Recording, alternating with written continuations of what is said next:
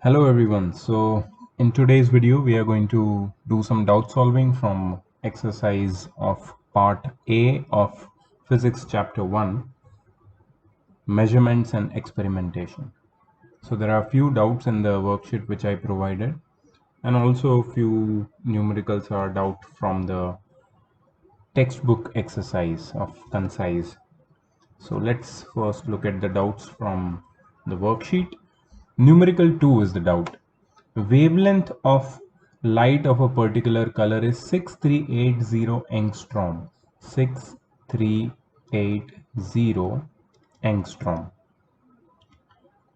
Express it in nanometer and meter. You have to convert this in nanometer, and also you have to convert it in meter. Okay, so what is the relationship between angstrom and nanometer? See, we know that 1 angstrom is equal to 10 raised to minus 10 meter. 1 nanometer is equal to 10 raised to minus 9 meter, right? So if we compare them, and we did this in the earlier video, and I showed you that if we compare this, we can get 1 nanometer is equal to 10 angstrom. 1 nanometer is equal to 10 angstrom. Now let's use unitary method to solve this question. Okay, this is numerical 2 which I have marked over here. Okay, unitary method. So I want to convert from angstrom to nanometer. Now I know that 1 nanometer is 10 angstrom. So how many nanometer will be 6380 angstrom? Right, 6380 angstrom. So cross multiplication, 6380 multiplied by 1 divided by 10 is equal to 638 nanometer. 638 nanometer. Now again I'll use unitary method. I know that 1 meter, sorry, uh,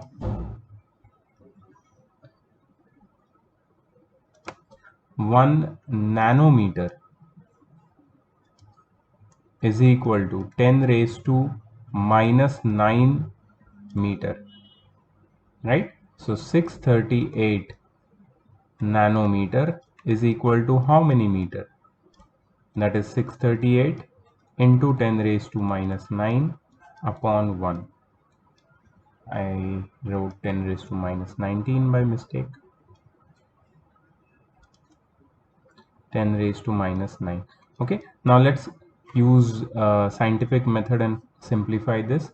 So 638 into 10 raised to minus 9. First look at the number 638. Okay, if I want to put a point over here, that's not a problem. Into 10 raised to minus 9. Now in scientific form, the decimal point should be just after significant digit. So significant digit is 6. So you have to move your decimal point 2 places towards left side, and whenever you move your decimal place 2 places to the left side, what you are doing is you are making that number smaller. So you are converting 638 into 6.38. You are making it smaller. So what you do is you add 2 in the power, so minus 9 plus 2, because you moved the decimal point 2 places to the left, so it becomes 6.38 into 10 raised to minus 7 meter, right? So I converted 638 nanometer into meter, and first I converted 6380 angstrom into nanometer. So that's the answer they have given here, 638 nanometer and 6.38 into 10 raised to minus 7 meter, right? So this is the method. Let's check out the next question.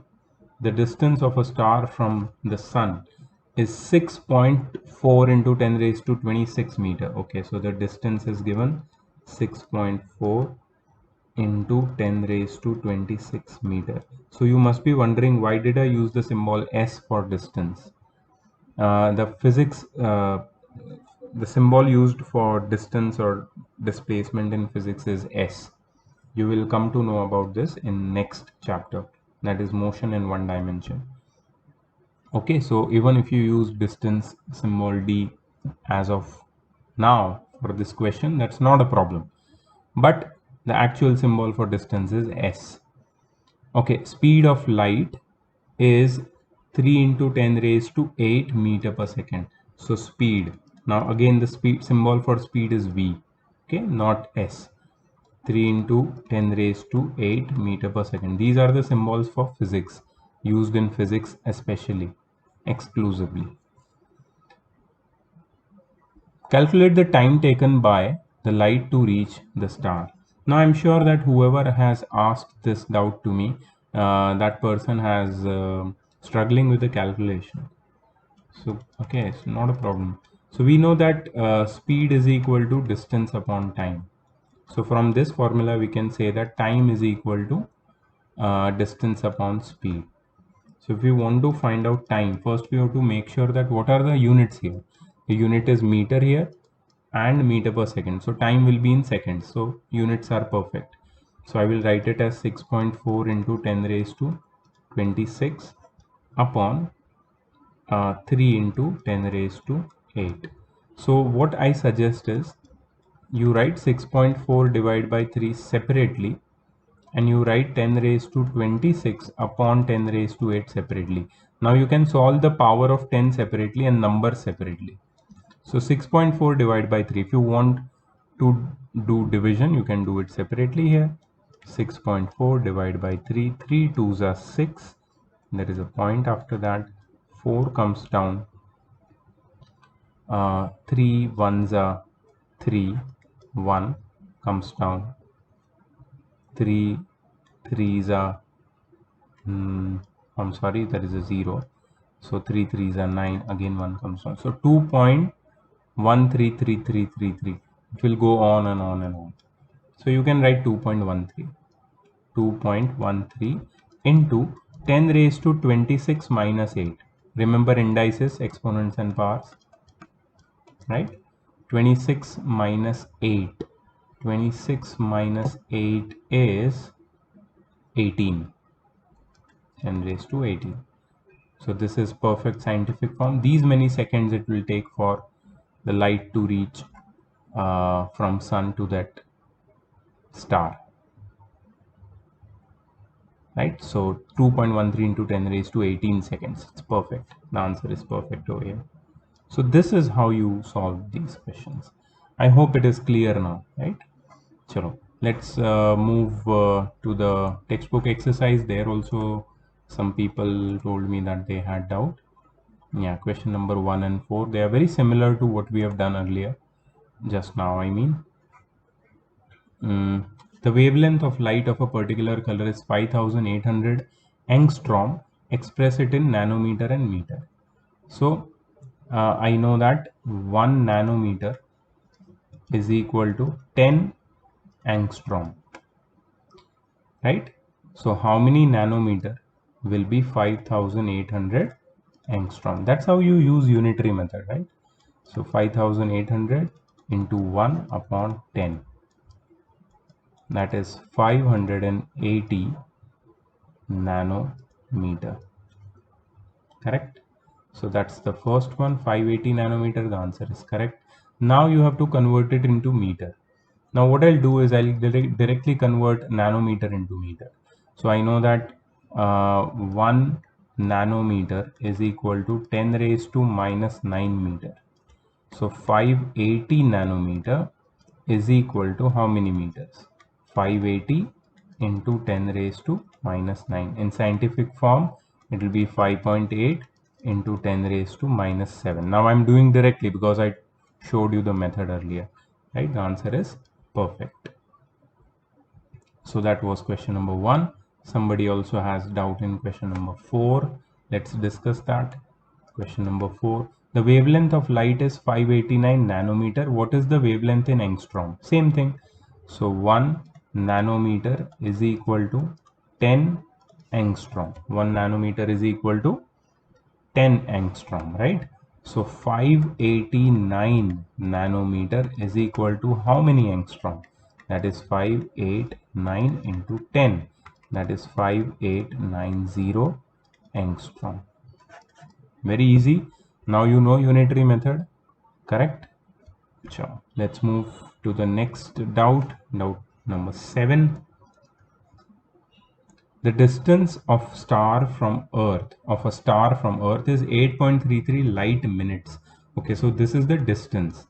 Distance is 8.33 light minutes. Now what is 1 light minute?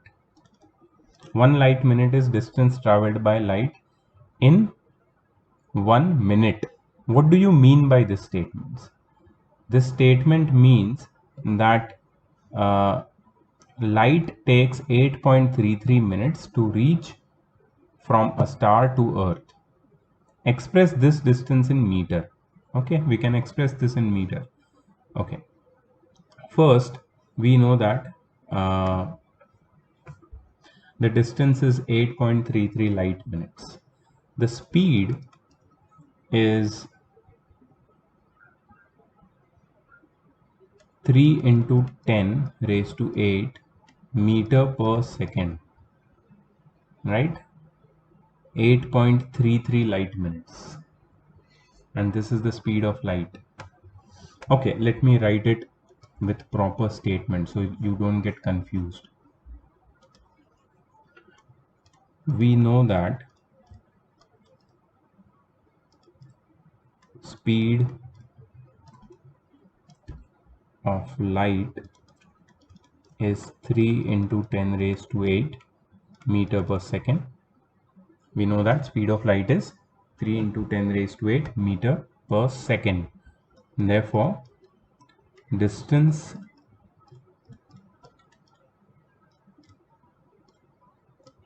traveled by light in 1 minute, distance traveled by light in 1 minute, sorry, in 1 second, it should be 1 second is equal to 3 into 10 raised to 8 meter, right? Speed is 3 into 10 raised to 8 meter per second. So in 1 second, light travels 3 into 10 raised to 8 meter. Therefore, distance traveled by light in 1 minute is equal to, so if light travels 3 into 10 raised to 8 meters in 1 second, in 1 minute, how much distance will it cover? 3 into 10 raised to 8 into 60, right? Because in 1 minute there are 60 seconds. So it will become 180 into 10 raised to 8 meter, or 1.8 into 10 raised to 10 meter. So this is the distance traveled by light in 1 minute. Therefore, distance traveled by light in 8.33 minutes. Why 8.33? Because that is the distance of that star from Earth, right? 8.33 light minutes. So distance traveled by light in 8.33 minutes, right? So distance traveled by light in 8.33 minutes will be 8.33 multiplied by 1.8 into 10 raised to 10 meter. Now we just need to multiply this. Let me multiply it for you. I will multiply 833 by 18.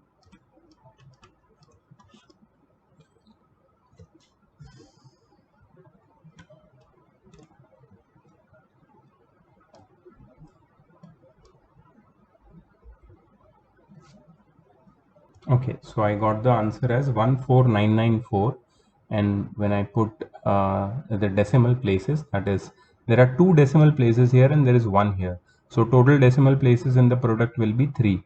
So I put 3, I put a decimal point just before 3 numbers, 1.994 into 10 raised to 10 meter. Okay, now what is going to happen here is, you can now further simplify it by writing 1.4994 into 10 raised to 11 meter. So what I did is I expressed it in scientific form by shifting this decimal place after one significant number, that is 1. Okay, and I can simplify it and write it as 1.5, because 1.49 can be rounded off to 1.5 into 10 raised to 11 meter. So this is the distance between that star and the earth in meters, right? So this is how you solve the question. If you check the answer, it is correct. So all the doubts whichever you asked me are clear. Okay, there was one more doubt in the textbook exercise. Somebody asked me that name some units, name some units of distance which you use in your day-to-day life for measuring the objects from very small to very large, and write its relationship with the SI unit of distance, that is meter. So in day-to-day life, what units do we use, and what is their relationship with meter? And these units should be from very small to very large, for measuring very small lengths to very large lengths. Okay, so we use centimeter, meter, and kilometer. These are some conventional units. They have used the word conventional. Name some conventional, okay, conventional units. I think it is question number 13 from the exercise, from the Selena exercise. So name some conventional units of distance and state their relationship with meter. Okay, conventional means convenient. So we use conveniently centimeter, meter, and kilometer in our day-to-day life for measuring the lengths of very small to very large objects, right? And what is the relationship with meter? 1 centimeter is equal to 10 raised to minus 2 meter.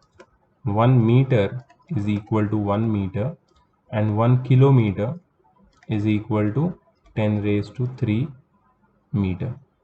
So these answers can be different for different people. Some people say, sir, I want to write inches because I use inches in my day-to-day life. They can write the relationship between inches and meter, but remember that inches are not part of your syllabus. They've never mentioned the relationship of inches with centimeter or meter. So it's better you write these three very simple units. Correct? So all the doubts are cleared from the exercise. Now let's start with the second topic, which is very, very important. It is also very huge. So I request students to take breaks in between the video.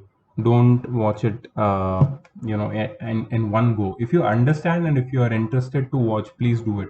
But if you're tired in between, don't force yourself to watch it at one go, because I will try to cover theory, numericals, everything in one part, right? I don't want to make another video for this chapter now anymore, because already we are behind our schedule, and I don't want to make it more uh, delaying as far as the syllabus is concerned. I want to finish it as soon as possible, but this particular part, it is very lengthy, and there are so many new concepts which are going to be introduced in this part that in between you may feel that I cannot understand anything. So if that is the case, you can't understand certain things, be specific about what you don't understand after watching the video, right? And ask me specific question. Like somebody asked me, uh, when I gave the homework of first part, somebody asked me, sir, I could not do a single numerical, any numerical. Now I cannot accept that fact that you could not do a single numerical and do all the numericals for you. I can't do that. We don't have that much time, right? So of course I'm here to clear your doubts, but doubts should be very, very specific to the point and very few. Otherwise we cannot move ahead with our syllabus.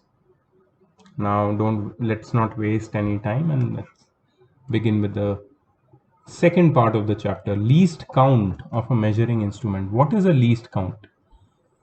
Now the instruments which we use in our day-to-day life to measure length, uh, I'll give you a simple example. A scale is used to measure the length of day-to-day objects, right? in our daily life. Now, can you tell me in your scale, what is the smallest mark which you see? So suppose this is your scale, okay, and here is 0, okay, then there is 1 2 3 4 5 6 7 8 9, and then there is 1. You see that, you observe that?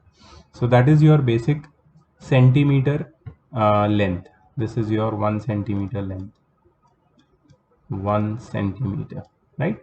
1 centimeter has been divided into 10 equal parts, right? Each small division is equal to, can you tell me what is the length of each small division?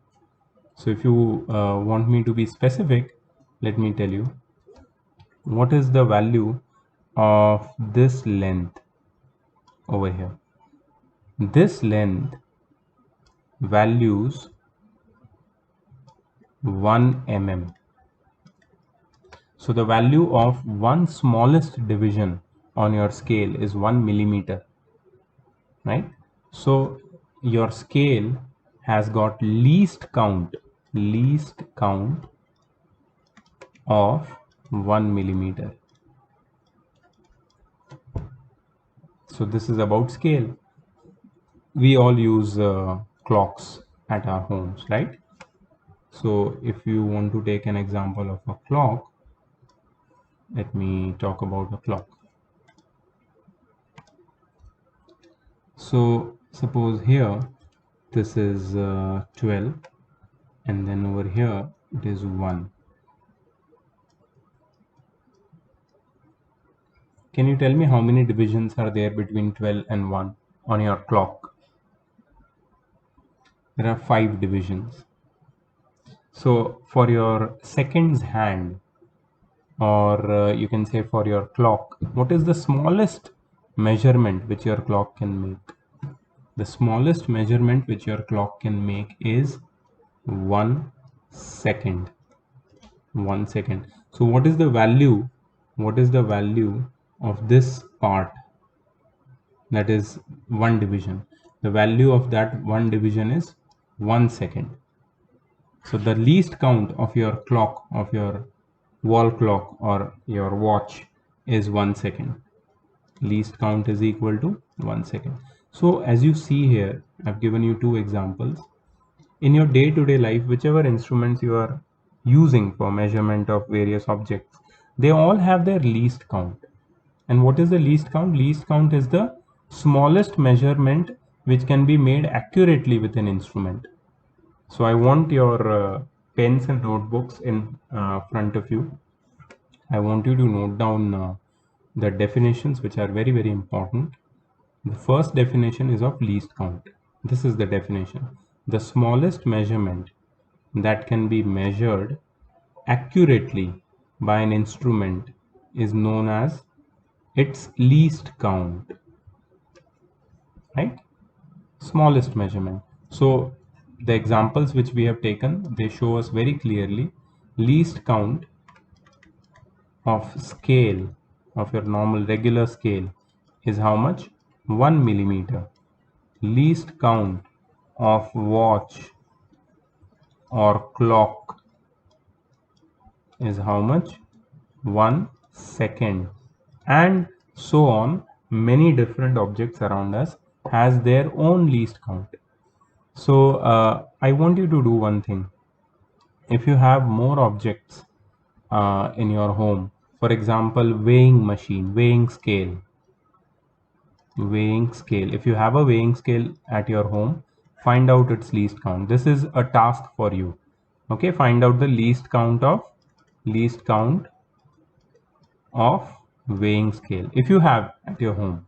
If you have some other measuring instrument, find their least counts also. So I want you to tell me 3 least counts, 3 different least counts of different instruments, measuring instruments present at your home. ठीक है, तो least count clear हो गया, समझ में आया least count क्या है? Smallest measurement which can be measured accurately with an instrument. Okay, अब क्या इसका एप्लीकेशन है? Why we are studying about least count? Now see the examples which they have given here, एक तो स्केल मीटर स्केल का दिया है और तुम्हारे स्टॉप वॉच का दिया है। स्टॉप वॉच में एक्चुअली 10 डिविजन्स होते हैं 0 और 5 के बीच में, तो उसका लीस्ट काउंट 0.5 सेकेंड्स है। बट स्टॉप वॉच ऐसी चीज़ नहीं है कि जो हम लोग डे टू डे लाइफ में यूज़ करते हैं। So I did not give you example of stop watch.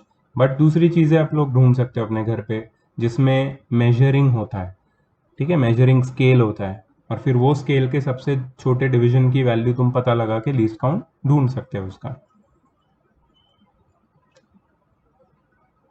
तो ये लीस्ट काउंट का क्या एप्लीकेशन है, पहले इसके ऊपर बात करते हैं और फिर मैं ये बताता हूँ।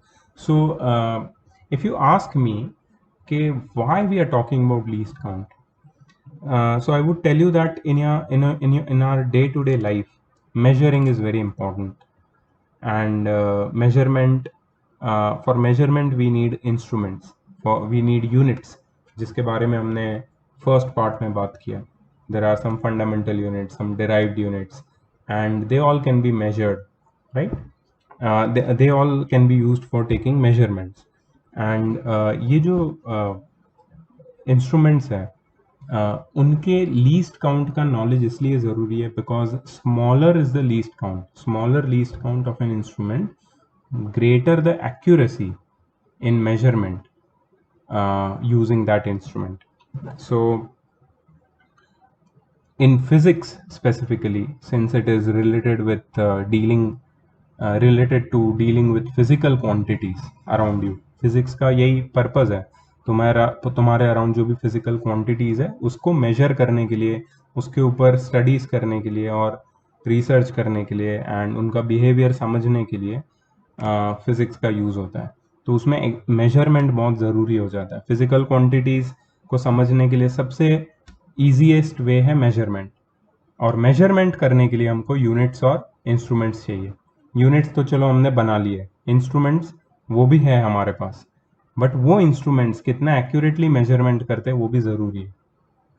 If you don't know how accurate the instruments will measure, or if the accuracy of an instrument cannot be determined, then it will become very very difficult to come to a conclusion on the basis of the results which you get out of an experimentation or measurement. So it is very very very very necessary that जो भी instruments तुम use करते हो they are very accurate, और accuracy बढ़ाने का सबसे easiest way है कि तुम least count बढ़ाओ। Smaller the least count of an instrument, greater is its accuracy in measuring the physical quantity. Please note करो इसको। सो मैं जब बोलता हूँ लीस्ट काउंट बढ़ाओ, इसका मतलब है लीस्ट काउंट की वैल्यू को कम करो। लीस्ट काउंट बढ़ाओ मतलब नंबर ऑफ डिविजन्स को बढ़ाओ, ठीक है। सो बेसिकली लीस्ट काउंट को हमें कम से कम रखना है, for that number of divisions should be higher, should be greater. जैसे मैंने वो स्केल ड्रॉ किया था अभी एक पेज पे पीछे, ये देखो ये स्केल ड्रॉ किया था।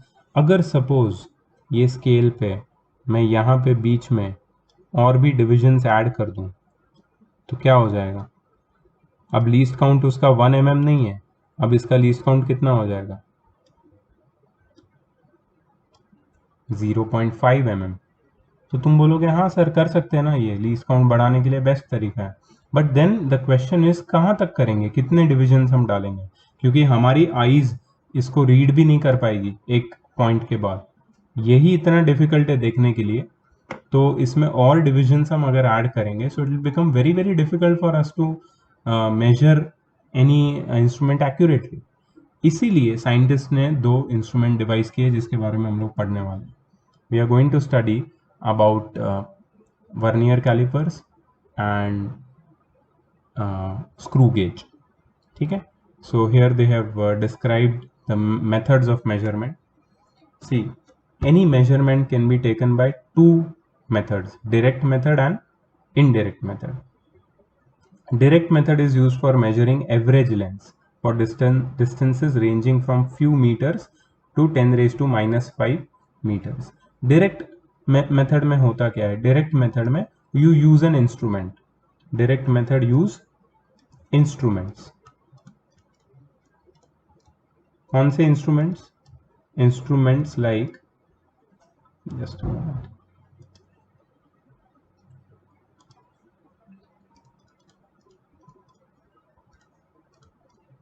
मेजरिंग इंस्ट्रूमेंट्स लाइक स्केल, ठीक है, metre rule, scale, watch etcetera, ये सारी चीज़ें हम यूज़ करके डायरेक्ट मेथड से मेजरमेंट कर सकते हैं। इधर सिर्फ लेंथ की बात की है वो लोग ने, फ्यू मीटर्स टू 10⁻⁻⁵, मतलब we have to keep our discussion only limited to length. तो मैं ये वॉच हटा देता हूँ, ठीक है। स्केल का यूज़ करते हैं हम लोग, और क्या यूज़ करते हैं? स्केल जैसा ही और एक होता है, जो बेसिकली कंस्ट्रक्शन वर्कर्स और कारपेंटर्स यूज़ करते हैं। सो मेजरिंग टेप, मेजरिंग टेप, दोनों सेम चीज़ है, मतलब सेम फंक्शन है दोनों का, मेजरिंग टेप, ठीक है। सो स्केल, मेजरिंग टेप, ये सब डायरेक्ट मेथड में आता है। इनडायरेक्ट मेथड क्या होता है? It is use for measuring either lengths और distances very large, ranging from few hundred meters to those of astronomical objects, or for measuring lengths which are very small, that is in the microscopic range, molecular level of the order of nanometers or angstrom. Some of the instruments that involved in direct method are vernier calipers and screw gauge, ठीक है। तो हम लोग ये जो indirect method है इसके ऊपर अभी बात नहीं करेंगे, ये 11th स्टैंडर्ड में तुम्हारा क्लियर होगा। बट डायरेक्ट मेथड में दो इंस्ट्रूमेंट है जिसके बारे में हमने अभी तक पढ़ा नहीं है। We are only dealing with scale, measuring tape and these kind of instrument to measure length, but we are going to study about two new instrument, vernier caliper and screw gauge, in this class. So what is vernier caliper? It was invented by French mathematician Pierre Vernier. French, again French लोग तो आ ही गए, छाए हुए हैं French लोग हर जगह। To measure lengths up to 2 decimal places of a centimeter. So what is the function of vernier caliper? If they ask you, you will write vernier calipers measure lengths up to 2 decimal places of a centimeter. ये उसका सबसे important use है vernier calipers का। So तुम्हारी जो normal scale है, can you measure 3.5 centimetre with it? Yes, you can measure with your normal scale, your measuring tape, ये सब 3.5 सेंटीमीटर मेजर कर सकते हैं। What is 3.5 centimetre? 3.5 में अगर तुम देखोगे, there is just one place of decimal, one place of decimal, ठीक है। लेकिन if I want to measure up to 2 places of decimal, उससे क्या होगा?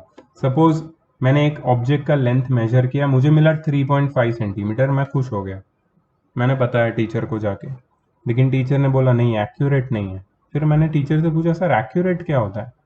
एक्यूरेट का क्या मतलब है? एक्यूरेट मतलब कि अगर मुझे ये मेजरमेंट किसी एक मशीन के पार्ट का लेना है और मुझे वो सेम मशीन का पार्ट वापस बनाना है, तो अगर ये एक्यूरेट नहीं हुआ तो ये मशीन का पार्ट उस मशीन में फिट नहीं होगा। फिट नहीं होगा तो क्या होगा कि मशीन ठीक से नहीं चलेगा। सो what I am talking about is in the context of engineering. Engineering में बहुत सारे ऐसे छोटे छोटे पार्ट्स होते हैं मशीन्स में, specifically the engineering related with small parts, small moving parts, mechanical parts, वहाँ पे एक्यूरेसी बहुत ज़रूरी है। तो अगर 3.5 सेंटीमीटर है तो एग्जैक्ट 3.5 सेंटीमीटर होना चाहिए। तो मैंने टीचर को बोला कि सर मेरा तो ऑब्जेक्ट का लेंथ 3.5 मीटर आ रहा है। फिर टीचर ने अपने तरीके से मेजर किया और टीचर ने बोला नहीं, ये 3.53 है। मैंने बोला सर क्या फ़र्क है इसमें? तो फ़र्क तो है definitely, 3.53 is greater than 3.5। Teacher wanted to be 3.50। So मैंने बोला सर मेरे पास जो स्केल है उसमें तो 3.5 दिखा रहा है। तो टीचर ने मुझे बोला कि जो तुम्हारे पास स्केल है वो ये एक्यूरेट मेजरमेंट करने के लिए इनफ नहीं है। It is not enough to make this accurate measurement. तुम्हें समझ में आ रहा है concept? Actually teacher wanted to get an object of 3.50 centimeter. I gave an object of length 3.5 centimeter, but then teacher found out that actually it was 3.53 centimeter. So the problem was not with the object or my measurement. The problem was with the instrument. Instrument limitations थे उसके instrument के. जो normal scale है, it cannot measure up to 2 decimal places. तो teacher suggested use vernier caliper. Vernier caliper क्या करेगा, वो तुम्हें बताएगा कि ये एग्जैक्ट इसका मेजरमेंट क्या है, ये 3.50 है या 3.51 है, 3.52 है, 3.53 है, क्या है. क्योंकि 3.50 से 3.59 ये सारी जो रेंज है लेंथ की, वो सबको अगर तुम नॉर्मल स्केल से मेजर करोगे, you will always get 3.5, because normal scale can not decipher the second place of decimal. Normal scale can only measure up to one place of decimal. So for measuring more accurately, remember my words, why I am using vernier caliper, to measure more accurately. ज़्यादा accurately measure करने के लिए मुझे 2 decimal places तक के measurement लेने के लिए I have to change the instrument with which I am measuring. I have to use vernier calipers. Your normal scale is not enough for accuracy. अभी समझ में आया वर्नियर कैलिपर क्यों यूज करते हैं हम लोग. तुम्हारे माइंड में ये क्वेश्चन होगा, बट इसको तुम्हारे पर्सपेक्टिव से टीचर के सामने रखना मुश्किल है, बिकॉज ये फर्स्ट चैप्टर है and then you don't even know what is happening over here. That's why I'm giving you all these examples, and this lecture, that's why it can get longer. Okay, so remember that if you are mentally not able to understand the information, pause the video and take a break, dude. Take a break. ठीक है, थोड़ा पानी वानी P के आओ, थोड़ा बाहर देख के आओ, आराम से देखो वीडियो को और समझो. कोई जल्दी नहीं है, मुझे कोई तुम्हें ऐसा टाइम लिमिट नहीं देना है कि तुम्हारे पास बस 5 मिनट है, वर्नियर कैलिपर समझ जाओ, जूम वीडियो खत्म होने वाला है मेरा, वर्नियर कैलिपर समझ जाओ. ये क्या फालतूगिरी है यार. वर्नियर खुद पियरे वर्नियर को पता नहीं होगा कि मेरा इंस्ट्रूमेंट आज के बाद बच्चों को टाइम लिमिट के साथ पढ़ाया जाएगा. पियरे वर्नियर ने फुर्सत से बनाया इंस्ट्रूमेंट, आराम से, कोई टेंशन नहीं था उसको, तब जाके वो इन्वेंट कर पाया. तुम्हें पता है अभी इतने बड़े बड़े इन्वेंशंस क्यों नहीं हो रहे. I am talking with you okay about this. So अभी तक वर्ल्ड में जितने भी इन्वेंशंस हुए थे, वेरी इंपॉर्टेंट इन्वेंशंस, ये सब साइंटिस्ट या फिर physicist, chemist, biologist, doctors, engineers, इन्होंने टाइम लेके किए. ऐसा नहीं था कि उनके ऊपर किसी ने डेडलाइन डाल दी थी स्कूल के टीचर ने कि चलो इन्वेंशन करके दिखाओ मुझे, जल्दी जल्दी ख़त्म करो इसको, तुम्हारी एग्ज़ाम ले लूँगी मैं. ऐसा हुआ ही नहीं था, ऐसा नहीं हो सकता. सो ऑफ कोर्स आप लोग यहाँ पे कोई इन्वेंशंस तो कर नहीं रहे हो, but there are certain topics, they are so technical that उनको समझने के लिए you need to have proper time, you need to spend time with it. ठीक है, इसलिए मैं ये चैप्टर थोड़ा आराम से पढ़ाऊँगा. एक बार तुम्हारी ग्रिप बैठ जाए, मुझे लगे कि तुम्हें सब समझ में आ रहा है, तुम्हारे कॉन्सेप्ट्स क्लियर हैं, फिर हम आगे इसको जा सकते हैं इसके.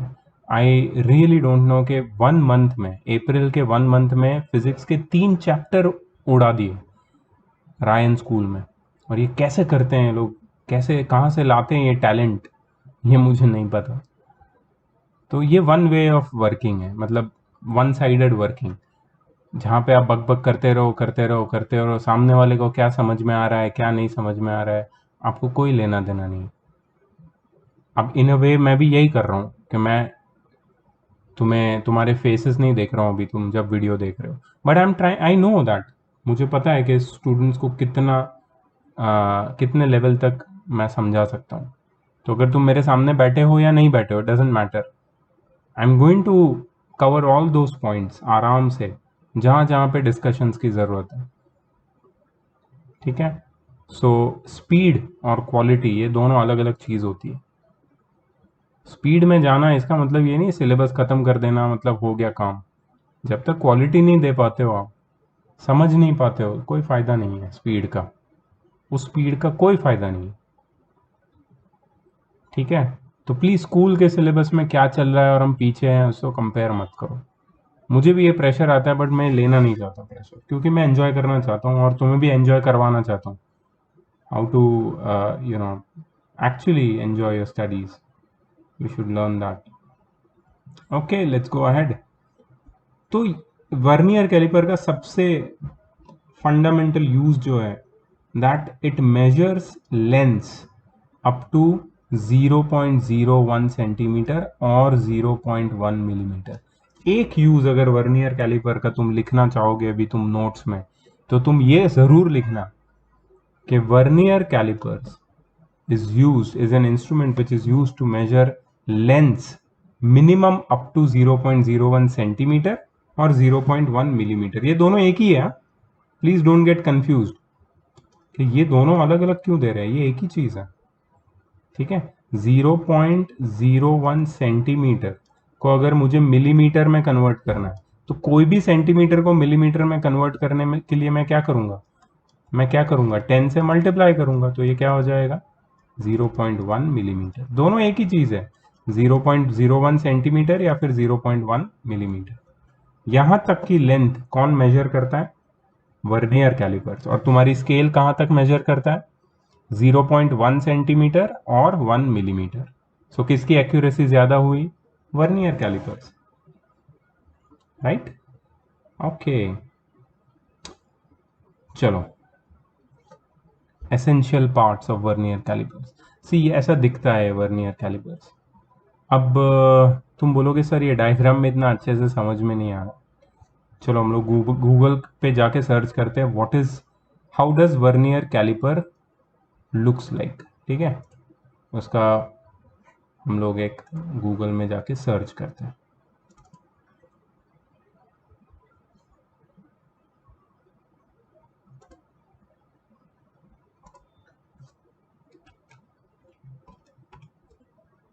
वर्नियर कैलिपर आ गया। ठीक है, इसका इमेज हम लोग निकाल लेंगे। ये है वर्नियर कैलिपर। ये जो तुम्हें दिख रहे हैं यहाँ पे अलग अलग पिक्चर्स, ये सब वर्नियर कैलिपर्स। इसको जूम करके देखें, देखो ऐसा दिखता है। सो इफ यू आस्क मी कि चलो इसको हम लोग लेते हैं वहाँ पे, ये इमेज को हम लोग डालते हैं वहाँ पे, और इसके ऊपर मैं तुम्हें ड्रॉ करके भी दिखा सकता हूँ, है ना। कॉपी सेव इमेज है, सेव इमेज, और इसको कहाँ सेव करेंगे हम लोग, इसको कहीं पे डंप यार्ड पे डालना पड़ेगा। चलो इसको डालते हैं हम लोग पिक्चर्स में। ठीक है, चलो सेव हो जा बेटा, ये हो गया सेव। अब इसको मैं डालूंगा वन नोट में।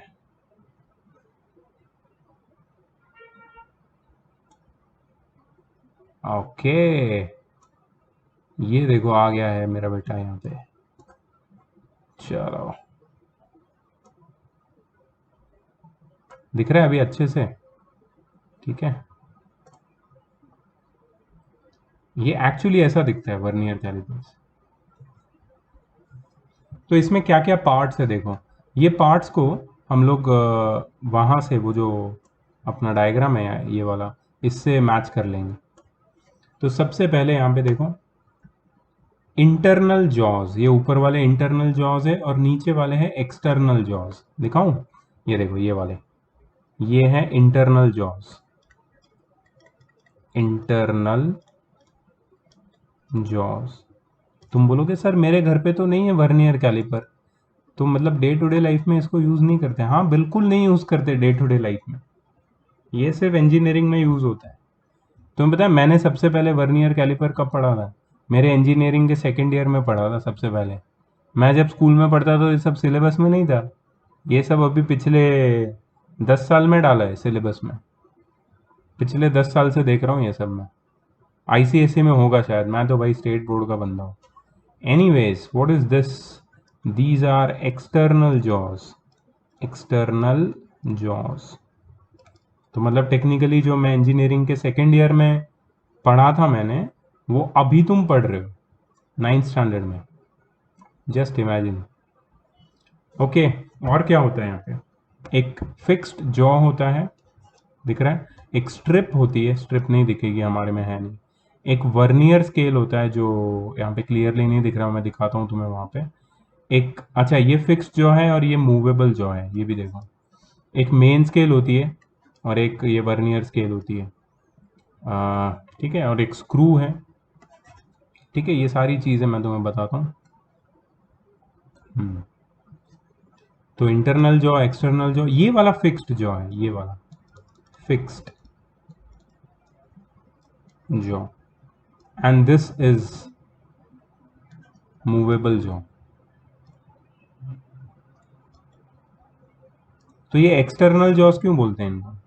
इनको किसी भी, जैसे कोई ऐसे अगर ऐसा स्फीयर ले लिया, वो स्फीयर का डायमीटर मेजर करने के लिए यूज होता है। और ये इंटरनल जॉ क्यों बोलते हैं इसको? क्योंकि सपोज मेरे पास है एक सिलेंडर, ठीक है, तो सिलेंडर का इंटरनल डायमीटर क्या है वो मेजर करने के लिए यूज होता है। सिलेंडर का इंटरनल डायमीटर मेजर करने के लिए यूज होता है। बहुत ही गंदा डायग्राम बनाया है, ठीक है।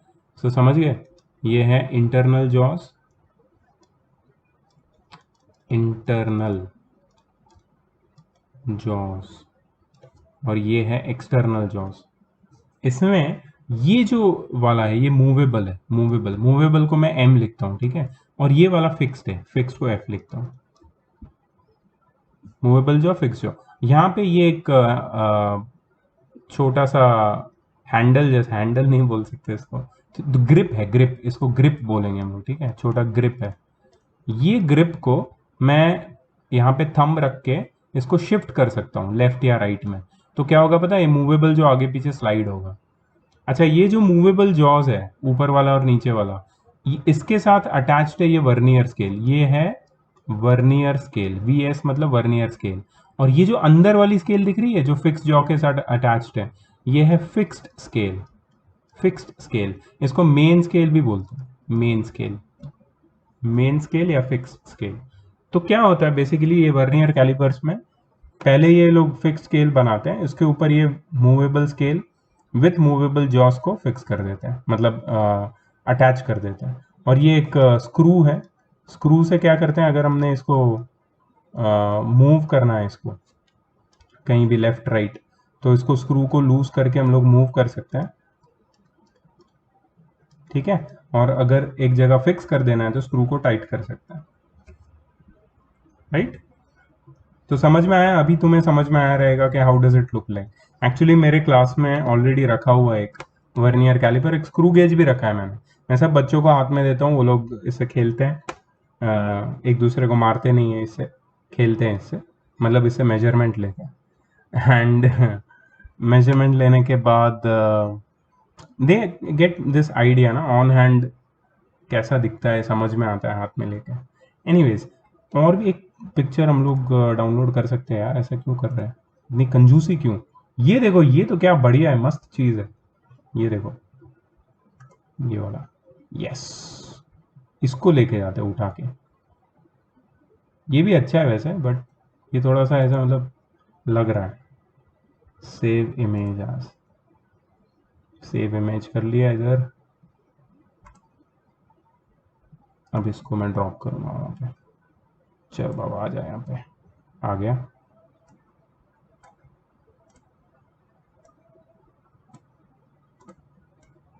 ठीक है, तो जॉज है आउटर डायमेंशन वाले नीचे, ऊपर वाले जॉज है इनर डायमेंशंस के लिए, स्क्रू क्लैंप मेन स्केल है जो अंदर वाला है, और उसके ऊपर माउंटेड है वर्नियर स्केल। और पीछे जो दिख रहा है स्ट्रिप, वो स्टेम भी बोलते हैं उसको, वो डेप्थ मेजर करने के लिए, किसी भी ऐसा बॉटल जिसका नेक बहुत ही ऐसा नैरो है, उसका डेप्थ मेजर करना है, डेप्थ, तो वो स्टेम से मेजर करते हैं। ये कैसे करते हैं तो इसके ऊपर एक अलग वीडियो मैं तुम्हें भेजूंगा। अब मैं वीडियो, इस वीडियो के अंदर वीडियो नहीं दिखाना चाहता हूँ, तो वो वीडियो मैं तुम्हें अलग से भेजूंगा, डोंट वरी अबाउट इट, ठीक है। So this is basically your vernier caliper. फिर से पूछता हूँ मैं, तुम्हें पता है क्यों वर्नियर कैलिपर्स यूज करते हैं? क्यों यूज करते हैं vernier caliper? To measure with more accuracy. Why measuring with more accuracy is needed? क्योंकि फिजिक्स में जो भी फिजिकल क्वांटिटीज है उसके बेटर अंडरस्टैंडिंग के लिए हमें मेजरमेंट्स की जरूरत पड़ती है, और वो मेजरमेंट्स अगर जितना एक्यूरेट रहेगा उतना हमारा अंडरस्टैंडिंग फिजिकल क्वांटिटीज का अच्छा होगा।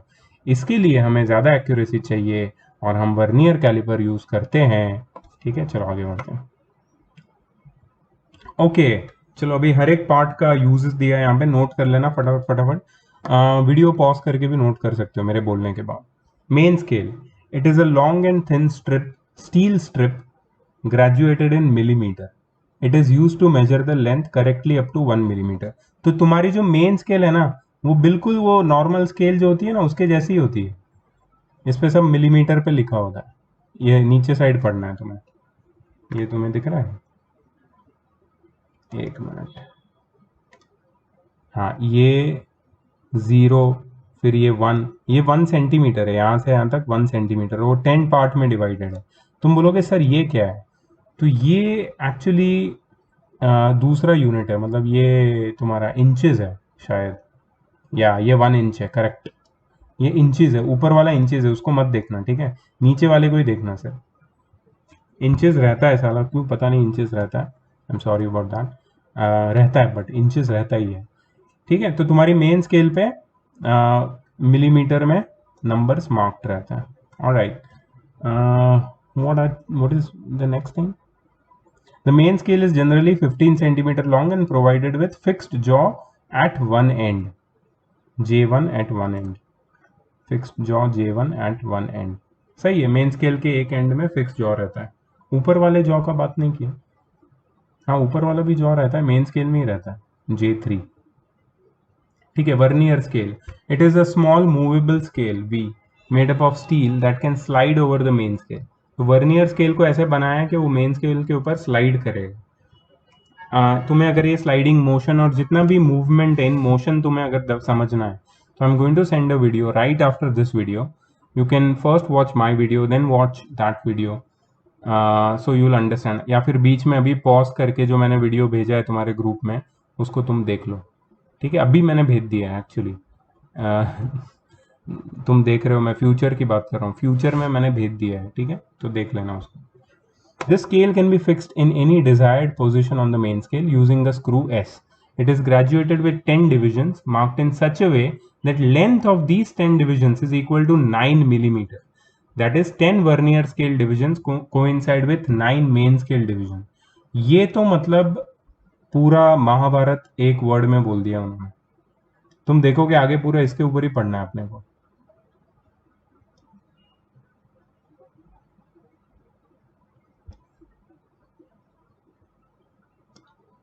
तो what is the thing to be remembered here, कि वर्नियर स्केल पे 10 डिविजन्स होते हैं। कितने? 10। और वो 10 डिवीजन की लेंथ इस तरीके से बनाते हैं वो लोग कि the length of those 10 divisions is equal to the length of 9 main scale division. और 1 मेन स्केल डिवीजन अभी हमने देखा 1 mm होता है जनरली। तो ये 10 डिविजन्स की लेंथ जो वर्नियर स्केल पे है, vernier scales 10 divisions length is equal to 9 mm और 9 मेन स्केल डिवीजन। ठीक है, यहाँ पे दिखा दूं? यहाँ पे तुम बोलोगे सर ये क्या है, इस पे तो मुझे दिख रहे हैं कितने डिविजन है यार, इस पे तो मुझे दिख रहे हैं 25 डिविजन ऊपर। नीचे कितने दिख रहे हैं तुम्हें? 5, 10, 15, 20, 25, 30, 35, 40, 45, 50 डिविजन्स दिख रहे हैं। तो तुम्हें ऐसा भी देखने मिल सकता है, ऐसी कोई बात नहीं है कि हमेशा 10 डिविजन्स ही होंगे। ठीक है, मेरे पास जो वर्नियर कैलिपर्स है क्लास में, उसमें 20 डिविजन है वर्नियर स्केल पे।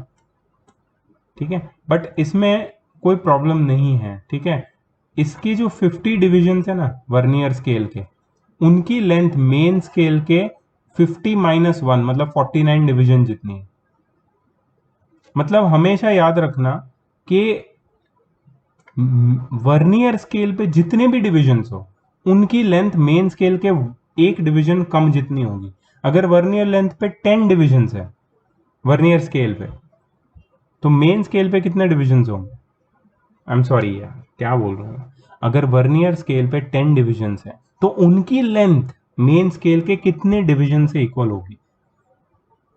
अगर वर्नियर स्केल पे 10 डिविजन है तो उनकी लेंथ मेन स्केल के 10-1 डिवीजन जितनी होगी, मतलब 9 mm जितनी होगी, मतलब 9 मेन स्केल डिविजन जितनी होगी।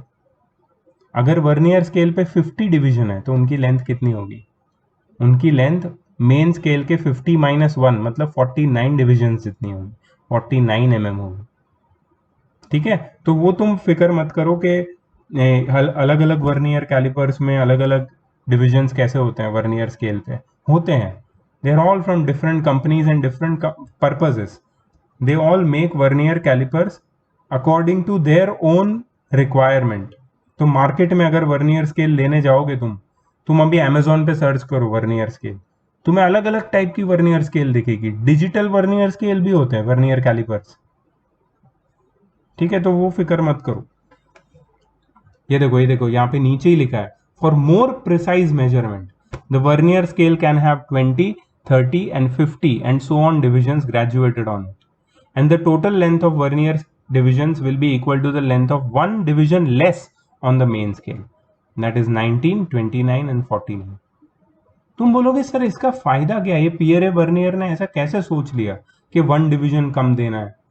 तो एक्चुअली क्या होता है कि वर्नियर स्केल और मेन स्केल का जो रीडिंग है उसको कंबाइन करके जब हम पता लगाते हैं तो we get a reading correct up to 0.01 centimetre, मतलब करेक्ट अप टू 0.1 mm। ये रीडिंग अगर हमको चाहिए so we have to use combination of two scales, that is a main scale and a vernier scale, जिसके बीच में जो division difference है वो 1 डिवीजन का डिफरेंस होना चाहिए लेंथ में। 1 mm का अगर उनका डिफरेंस है, total number of division on vernier scale and the same number of division on main scale के बीच में 1 mm का अगर फर्क है तो you can measure up to 0.01 centimetre और 0.1 मिलीमीटर एक्यूरेटली। यही खेल है पूरा वर्नियर कैलिपर्स का। So what we are doing is we are utilizing that difference between number of vernier scale division and main scale division, ठीक है, to find out the length correct up to 2 decimal place. फिर jaws होते हैं internal and external. External jaw fix to the main scale and fix jaw बोलते हैं। External jaw J2 is fixed to the vernier scale and it is called movable jaw. External jaws are used to measure external dimensions of an object such as external length, external diameter of a cylinder or sphere. The object is held tightly between the external jaws. ठीक है, तो किसी भी object को दो external jaw के बीच में रखते हैं और उसको टाइट करते हैं और फिर मेजरमेंट करते हैं उसकी लेंथ या डायमीटर का। इंटरनल जॉस भी है J3 और J4। J3 को फिक्स्ड जॉ बोलते हैं, मेन स्केल से फिक्स्ड है, मैंने बताया था यहाँ पे, ये रहा J3, ये मेन स्केल पे फिक्स्ड है और ये वर्नियर स्केल पे movable.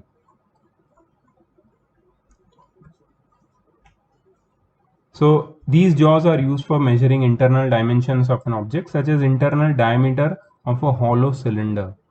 The internal jaws are lowered into the hollow cavity of the object and pulled outwards. मतलब इसको हम लोग ये वीडियो में अभी तुम देख सकते हो, मेरा वीडियो पॉज करो और वो जो वीडियो मैंने भेजा है तुम्हारे ग्रुप में उसको देखो। उसमें तुम्हें दिखाएंगे कि कोई भी ऐसा बॉटल है या फिर टेस्ट ट्यूब है, उसका अंदर का डायमीटर मेजर करने के लिए इंटरनल जॉस को उसके अंदर डालते हैं और फिर ऐसे बाहर ओपन कर देते हैं।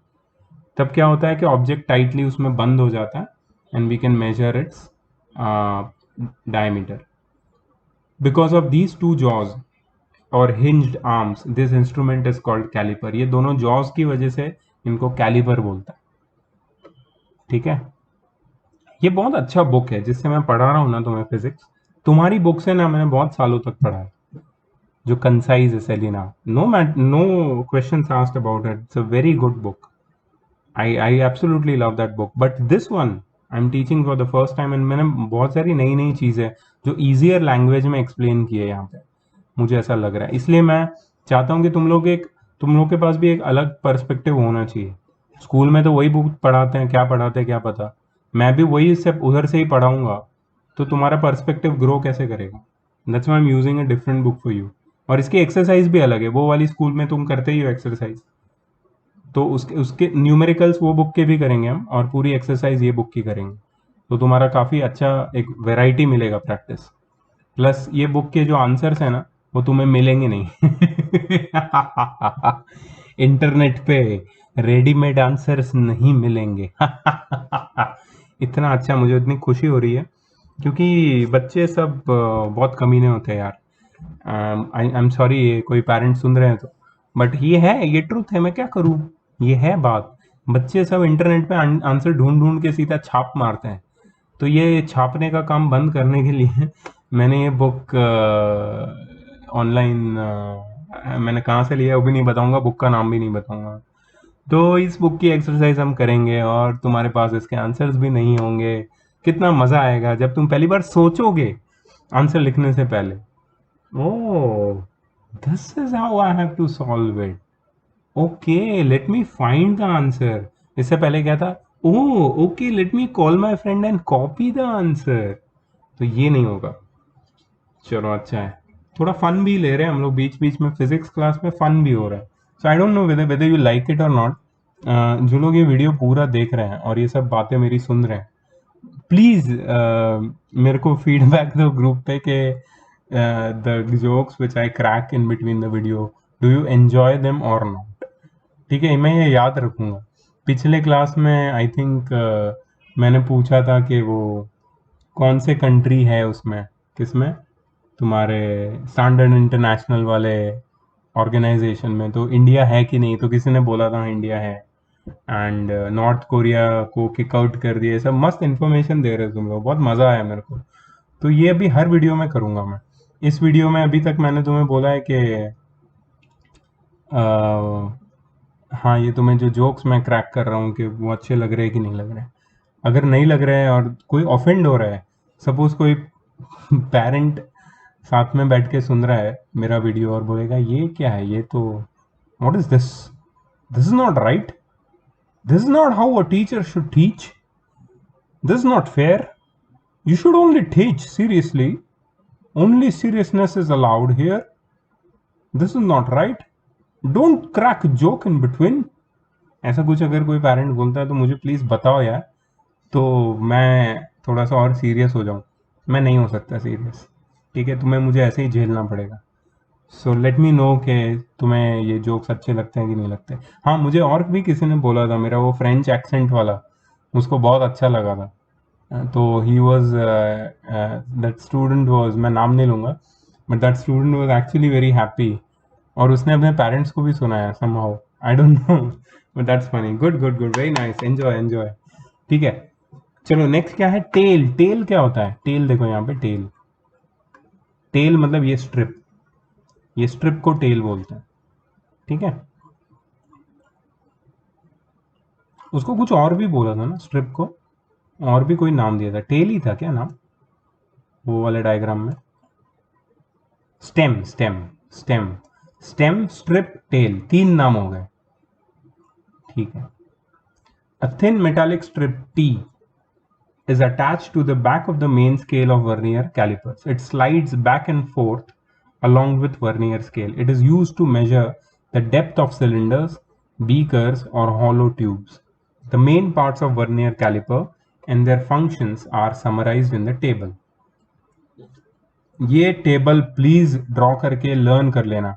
इंटरनल जॉज, उनका यूज क्या है, external jaws, main scale, main scale का यूज क्या है, 1 mm तक के मेजरमेंट करता है वो, और वर्नियर स्केल वो 0.1 mm तक के मेजरमेंट करता है। दोनों का कॉम्बिनेशन हम यूज करते हैं।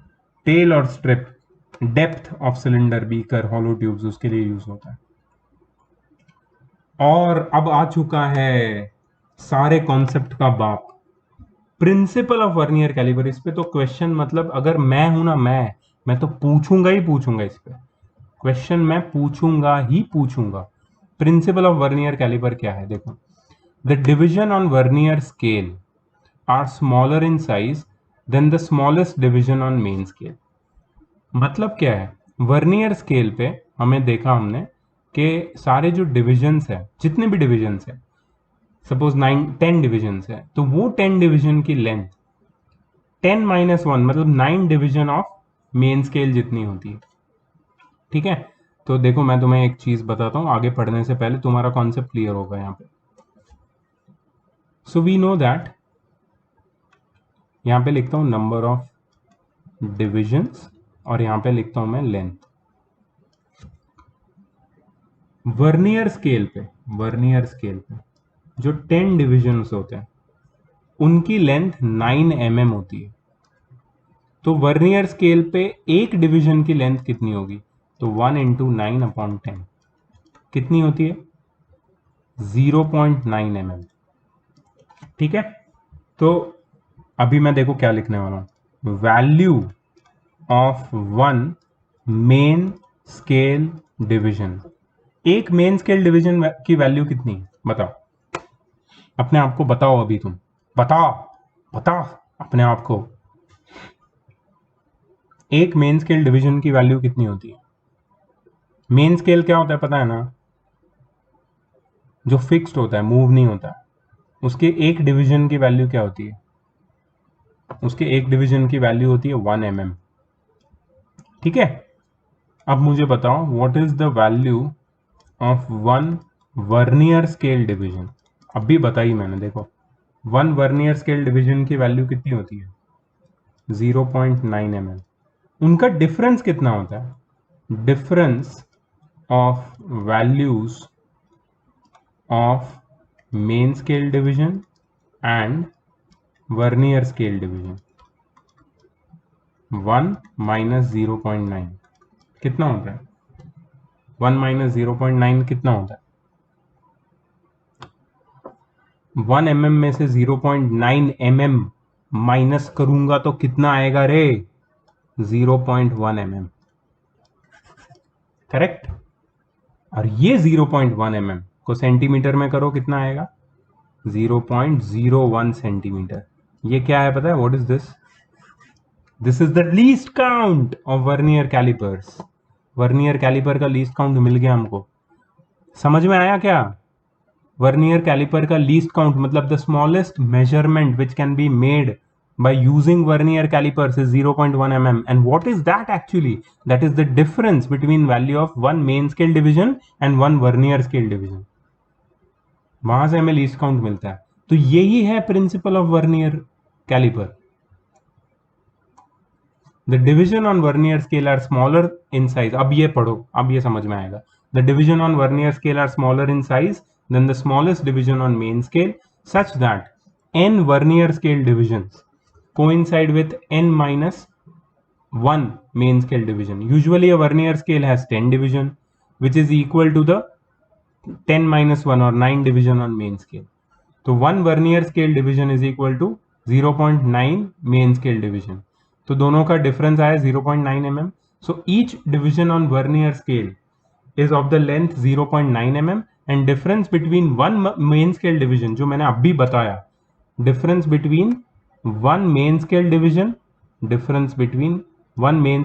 and one vernier scale division is 1 mm minus 0.9 mm, that is 0.1 mm. This difference is the least count जो मैंने अभी बताया of the instrument. ठीक है, so the difference between the values of one main scale division and one vernier scale division is known as the least count of vernier caliper. लिखो, ये definition को लिखो और अपने दिमाग में डालो। The difference between the values of one main scale division and one vernier scale division is known as the least count of vernier caliper. It is also known as vernier constant. It is also known as vernier constant. Right? So what is least count? Formula: least count, value of one main scale division minus value of one vernier scale division. ये least count का formula हो गया, least count की definition हो गई। Least count कैसे निकाला ये भी मैंने तुम्हें बताया। कौन सा वाला? ये वाला। प्लीज ये वीडियो पॉज करके ये वाला लिख लेना, बहुत इंपॉर्टेंट है। जिस तरीके से मैंने बताया है तुम्हारे अंदर जाना ही चाहिए। ठीक है, the smallest value of length that can be red directly from main scale accurately is called the pitch. अब ये थोड़ा सा डिबेटेबल है, पिच ना अभी हम लोग नहीं पढ़ेंगे। पिच अभी पढ़ने की जरूरत नहीं है, क्योंकि पिच हम लोग डायरेक्टली रिलेट करेंगे तुम्हारे स्क्रू गेज के साथ। ठीक है, अभी तक हम लीस्ट काउंट पे ही थे, लीस्ट काउंट को ध्यान में रखो। चलो यहाँ पे क्या बताया देखो, suppose a vernier calipers 10 vernier scale division coincides with 9 main scale division. So the least count can be calculated in following steps. ये सब ना, ये सब मत करो, मैंने तुम्हें अभी बताया, ये सेम एग्जाम्पल के लिए मैंने तुम्हें अभी बताया कैसे लीस्ट काउंट ढूंढना है। लीस्ट काउंट है value of 1 main scale division minus value of 1 vernier scale division.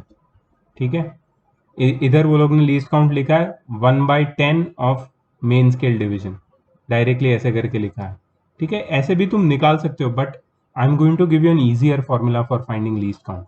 ये वाला फॉर्मूला देखो, अगर ये फॉर्मूला तुम्हें याद रह गया तो तुम कोई भी एग्जाम्पल में, न्यूमेरिकल में, you can find the least count very easily. Please लिख लो ये वाला फॉर्मूला, तो जो मेरी मेथड है ना उसकी भी जरूरत नहीं पड़ेगी। वो मेथड तुम्हें याद रखनी है, बट उसका यूज नहीं करना, यूज इसका करना है। मोस्टली 99% इसका यूज होगा। लीस्ट काउंट का क्या फॉर्मूला है, value of 1 main scale division upon number of division on vernier scale.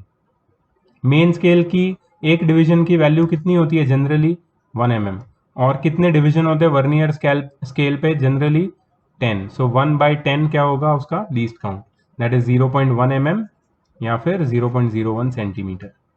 ये वाला फॉर्मूला प्लीज लिख लो, इसको लर्न कर लो यार, ये बहुत इंपॉर्टेंट है। हर न्यूमेरिकल में हम लोग यूज करेंगे इसको लीस्ट काउंट निकालने के लिए।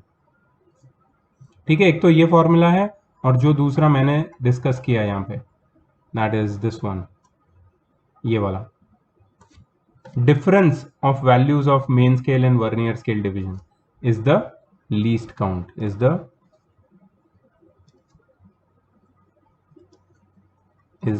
Least count. ये least count difference in 1 main scale division and 1 vernier scale division. ठीक है, एक ये फॉर्मूला है, और दूसरा कौन सा फॉर्मूला है, दूसरा जो हमने अभी यहाँ पे पढ़ा, value of 1 main scale division upon number of division on vernier scale. ठीक है, अब कैसे हम लोग मेजरमेंट करते हैं उसके स्टेप्स, ये भी क्वेश्चन के फॉर्म में पूछते हैं वो लोग, इसको भी नोट कर लो। Procedure to use vernier calipers for measurement of length of an object. पहले तो determine the pitch from the main scale. Pitch की जरूरत क्या है यार, इसको हटाओ, नहीं है जरूरत। डिटरमाइन द लीस्ट काउंट, सबसे पहले determine the least count. Least count का फॉर्मूला क्या है फिर से बताऊं, ये वाला, value of 1 main scale division और पिच, एक्चुअली उसी को पिच बोलते हैं, बट हम लोग पिच नहीं पढ़ रहे हैं। ठीक है, value of 1 main scale division upon number of division on vernier scale. फिर place the object tightly, whose length is to be measured between the jaws J1 and J2. Note the main scale reading. For this, determine the position of 0 of vernier scale on the main scale and then find the value of main scale. अब ये कैसे करना है ये मैं तुम्हें दिखाता हूं। चलो, तो सपोज यहां पे एक पिक्चर दिया है तुम्हें, जिसमें मैं एक मेजरमेंट ले रहा हूं। ठीक है, सबसे पहले इस पिक्चर से मैं क्या निकालूंगा पता है, लीस्ट काउंट। इस पिक्चर को ही फोकस करो, बाकी कुछ पढ़ने की जरूरत नहीं। So what is the least count, least count is value of 1 main scale division. Now see the main scale, यहां पे क्या लिखा है 4 सेंटीमीटर, यहां पे क्या लिखा है 5 centimetre. So what is the gap between 4 and 5 centimeter? 1 2 3 4 5 6 7 8 9 10. There are 10 equal division between 4 and 5 centimeter. Each division will be equal to 1/10 of a centimeter, which is equal to 1 mm. So least count का formula क्या है, what is the formula for least count? Value of 1 main scale division upon number of divisions on number of divisions on vernier scale. ठीक है, यही formula हम याद करेंगे। अब बताओ what is the value of 1 main scale division. मैंने अभी बताया था ये 4 to 5 सेंटीमीटर ये मेन स्केल है। ठीक है, उसके हर एक उसका छोटे से छोटे डिवीजन की वैल्यू क्या है, इसकी वैल्यू क्या है, इसकी वैल्यू है 1 mm। तो यहाँ पे मैं लिख देता हूँ 1 mm, ठीक है। Upon number of division on vernier scale, ये वर्नियर स्केल है, कितने डिवीजन है वर्नियर स्केल पे, देखो ना कितने डिवीजन है 10। तो लीस्ट काउंट कितना हो गया 0.1 mm या फिर 0.01 सेंटीमीटर, करेक्ट, लीस्ट काउंट मिल गया। अब देखो आगे बताता हूं मैं तुम्हें। अब तुम्हें लेना है number 1, main scale reading. Main scale reading, अब मेन स्केल रीडिंग क्या होता है, मेन स्केल रीडिंग पता लगाने के लिए what you have to do is you have to note you have to note the position of zero of vernier scale।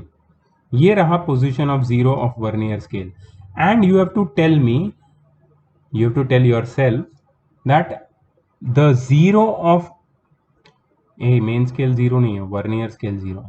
again to find out the main scale reading you have to note the position of vernier scale zero, and you have to tell me or tell yourself that the zero of vernier scale is ahead of which main scale mark, zero of vernier scale is ahead of which main scale mark।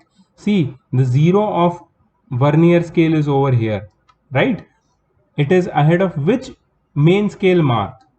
It is ahead of 4, 4.1, 4.2, 4.3, 4.4, ahead of, just ahead of, or just between which two marks of main scale? It is between, exactly between 4.3 and 4.4. It is exactly between 4.3 and 4.4, and it is just ahead of 4.3. So the main scale reading is what? 4.3 centimetre. अभी समझा main scale reading कैसे लेना है, फिर से बताता हूं। Main scale reading लेने के लिए you have to check the zero of vernier scale, you have to write that number on main scale जिससे जस्ट आगे वर्नियर स्केल का जीरो है। तो वर्नियर स्केल का जो जीरो है वो 4.3 के जस्ट आगे है। 4.3 किस पे है, मेन स्केल पे, उसके जस्ट आगे है। तो 4.3 हो जाएगा तुम्हारा मेन स्केल रीडिंग। तो ये हो गया मेन स्केल रीडिंग लेने का तरीका, ठीक है। ये वही लिखा है उसने, पहले भी वही लिखा है बाबा। अगर मैं तुम्हें यहाँ पे बताऊं, note the main scale reading, for this determine the position of zero on vernier scale on the main scale and then find the value of main scale। ठीक है, मैंने तुम्हें ज़्यादा अच्छे से डायग्राम से समझाया कि वर्नियर स्केल का जीरो मेन स्केल के कौन से रीडिंग के जस्ट आगे है, या कोइंसाइड भी कर रहा है तो चलेगा, या जस्ट आगे है या कोइंसाइड कर रहा है, वो वाला मेन स्केल रीडिंग होता है, ठीक है। अब सेकंड है note vernier scale reading. Step समझ में आया मेजरमेंट के लिए? सबसे पहला स्टेप क्या था, फाइंड द लीस्ट काउंट, ठीक है। लीस्ट काउंट ढूंढने का प्रोसीजर बताया मैंने तुम्हें, फिर मैंने तुम्हें बोला find the main scale reading, वो भी हमने डिस्कस किया। Now find the vernier scale reading. How to find vernier scale reading? Now on the vernier scale find out that division which exactly coincides with any division of main scale, any division of main scale. Vernier scale reading is found by finding, vernier scale reading is found by finding that division of vernier scale which exactly coincides with any division of main scale, right? So here वो लोग ने दिखाई दिया है, यहाँ पे fifth division है vernier scale का, वो मेन स्केल के किसी एक डिवीजन के साथ एग्जैक्टली कोइंसाइड कर रहा है। वो कौन सा डिवीजन है जिसके साथ एग्जैक्टली कोइंसाइड कर रहा है, उससे हमें कोई लेना देना नहीं है, फॉरगेट इट, ठीक है। We have to find that vernier scale division which exactly coincides with any division of main scale, so that is the vernier scale reading 5, ठीक है। ये हो गया तुम्हारा वर्नियर स्केल रीडिंग। अब what will be the measurement, final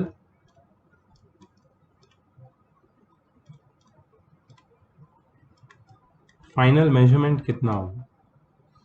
Final measurement will be main scale reading plus least count into vernier scale reading. Main scale reading plus least count into vernier scale reading. What is main scale reading? 4.3. What is least count? अच्छा, तुम बोलोगे sir least count millimetre में लेना है centimetre में? हमने main scale reading किस में लिया है?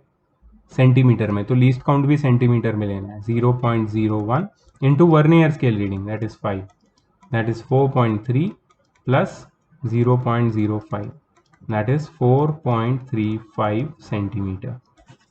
So you got your final calculation, final measurement correct up to 2 decimal places, up to 2 places of decimals, 4.35 centimeter. Now let me ask you, would that have been possible with your regular scale? No. That's why we are using vernier scale, vernier calipers. अभी समझ में आया क्या तुमको? ठीक है, इसमें और भी बहुत सारे एग्जाम्पल्स आएंगे और इतने एग्जाम्पल्स हम लोग करने वाले हैं, कर करके तुम्हारा दिमाग खराब हो जाएगा, लेकिन तुम्हें समझ में ज़रूर आ जाएगा. ठीक है, so all my effort is to clear your concept. बाकी सब भूल जाओ, तुम्हें सिर्फ इतना समझना है कि यहाँ पे मुझे वर्नियर कैलिपर्स को पूरा डाइजेस्ट कर लेना है, समझ लेना है. ठीक है, even if don't think about exam होगी, क्या होगा, कब होगा, होमवर्क देना, ये सब होता रहेगा. ठीक है, पहले समझो, पहले कॉन्सेप्ट समझो, उसके बाद फिर दूसरे टास्क पे ध्यान दो. ठीक है, don't dream about success before doing the actual hard work. तुम सोचोगे मुझे 90% आएंगे, छोड़ दो यार, कितना परसेंट आएंगे वो क्या तुम सोच रहे हो. तुम ये फोकस करो कि अभी तुम्हें ये समझ में आया कि नहीं. This takes time, but once you understand फिर फटाफट होगा. ठीक है, तो यहां पे देखो वो लोगों ने भी निकाला है 4.35 सेंटीमीटर, और फॉर्मूला भी लिखा है यहाँ पे, वो मैं तुम्हें बता देता हूं. Observed length is equal to n plus small n into L C. ये कैपिटल N क्या है? What is capital N? Capital N is main scale reading. Small n क्या है? Vernier scale reading. ठीक है, so main scale reading plus vernier scale reading multiplied by least count will be the observed length. तो this is how you use vernier callipers. पूरा एक topic अपना हो गया कंप्लीट. छोटा सा एक पार्ट बचा है, but everything else is done. चलो, क्या हो गया भाई? हाँ, क्या है next? Zero error. Zero error. देखो कभी कभी क्या होता है पता है, ये जो वर्नियर कैलिपर्स हैं, कुछ लोग अपने हाथ में लेते हैं और फिर उसका रफ यूज करते हैं. कुछ लोगों का आदत होता है रफ यूज करने का, चीजों को केयरफुली नहीं हैंडल कर सकते. तुमने बच्चों को देखा होगा, बच्चे बहुत रफ यूज करते हैं. कुछ बच्चे होते हैं जो बहुत इंटेलिजेंट बच्चे होते हैं, जो छोटे बच्चों की बात कर रहा हूँ मैं, they use things very carefully, but some children, you know, like my son, he just throws things around. Rough use करते हैं लोग. बचपन में सारे ऐसे ही होते हैं एक्चुअली. रेयरली कोई बहुत ही सुलझा हुआ होता है जो चीज़ों को संभालता है, बट जनरली फिर जो रफ यूज करने वाले बच्चे होते हैं धीरे धीरे मैच्योरिटी के साथ सीख जाते हैं कि कैसे चीज़ों को टेक केयर करे, कैसे आराम से यूज करे, चीज़ों को हैंडल करे. हैंडल विथ केयर करना बहुत ज़रूरी होता है. तो ये बच्चे, जब कुछ बदमाश बच्चे समझते नहीं, सीखते नहीं है, और जो बड़े हो जाते हैं, तो बड़े होके जब वो वर्नियर कैलिपर्स को हैंडल करते हैं तो उसको डैमेज कर देते हैं.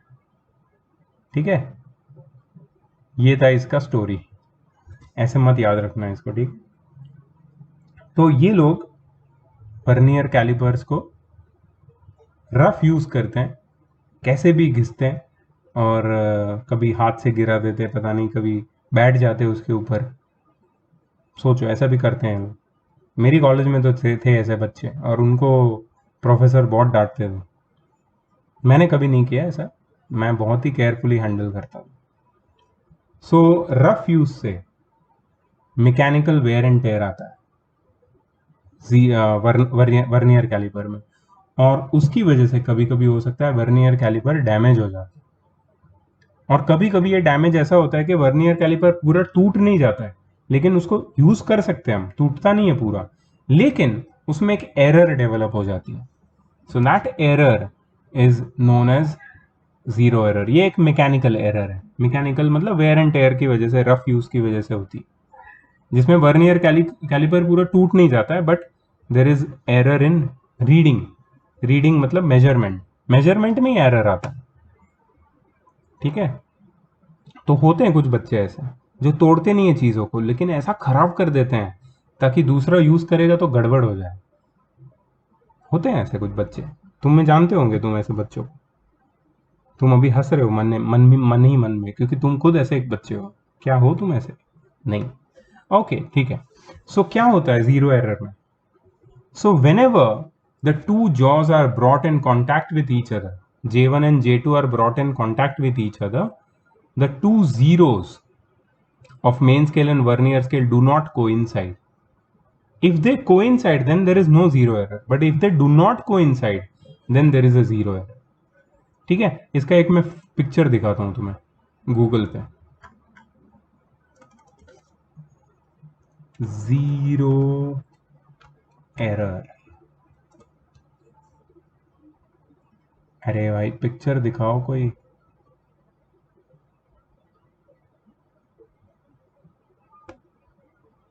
पिक्चर एक भी नहीं है।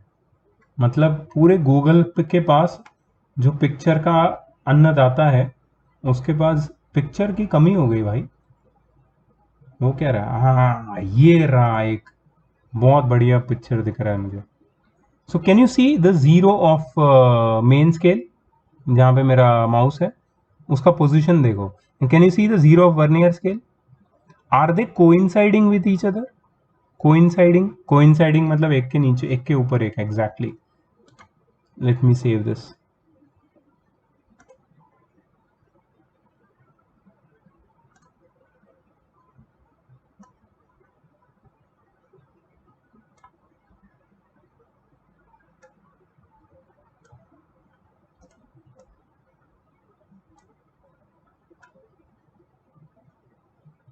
Now are you able to see the zero of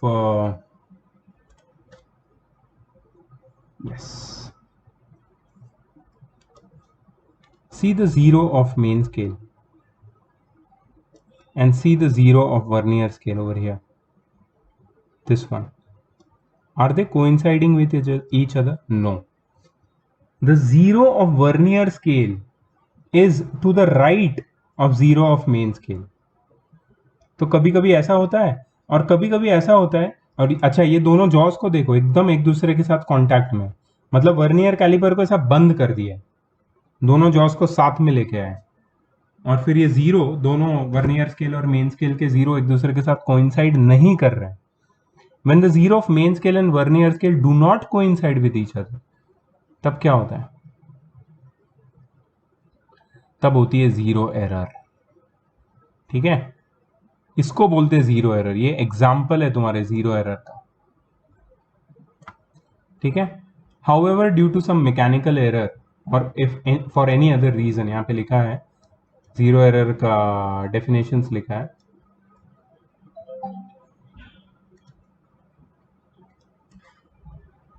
However, if due to some mechanical error or any other reason the zeros of main scale and vernier scale do not coincide, then vernier is said to have an zero error, an error known as zero error. The zero error is the distance between the zero of the main scale and the zero of the vernier scale. मतलब ये जितना gap रह रहा है ना zero of main scale और vernier scale के बीच में, वही जीरो एरर है। It is important to calculate and consider this error for measuring the true value. True value निकालने के लिए जीरो एरर को कैलकुलेट भी करना पड़ेगा और कंसिडर भी करना पड़ेगा। तो ये जीरो एरर दो टाइप की होती है, एक तो होती है पॉजिटिव जीरो एरर और दूसरी होती है negative zero error. Positive zero error, if the zero of the vernier scale lies to the right side of zero mark of the main scale when the two jaws are brought together, then the error is set to be positive zero error. जो हमने picture देखा था ना वो positive zero error है। क्यों? क्योंकि vernier scale का zero point of vernier scale lies to the right side of zero of main scale. दिखाऊं फिर से? देखो, ये देखो, वर्नियर स्केल का जीरो दिख रहा है, ये मेन स्केल के जीरो से राइट में है, राइट में। इसके लिए इसको कौन सा एरर बोलते हैं? Positive zero error, positive zero error, ठीक है। To calculate positive zero error, look for vernier scale division that coincides with any of the main scale division. Okay, चलो इसमें ही निकालते हैं हम लोग। अभी तुम मुझे बताओ कि मेन स्केल के डिवीजन दिख रहा है तुम्हें? 0, 1, 2, 3, 4 से 10 तक। एक्चुअली बीच बीच में भी डिवीजन है, मतलब टोटल 20 डिवीजन है। तो ये 20 डिवीजन में से वीडियो पॉज करो और बताओ कि ये 20 डिवीजन में से कौन सा डिवीजन कोइंसाइड कर रहा है किसी एक मेन स्केल डिवीजन के साथ। जीरो तो कोइंसाइड नहीं कर रहा है, तो कौन सा डिवीजन कोइंसाइड कर रहा है? ठीक है, वीडियो पॉज करो और देखो, फिर मैं भी देखता हूं।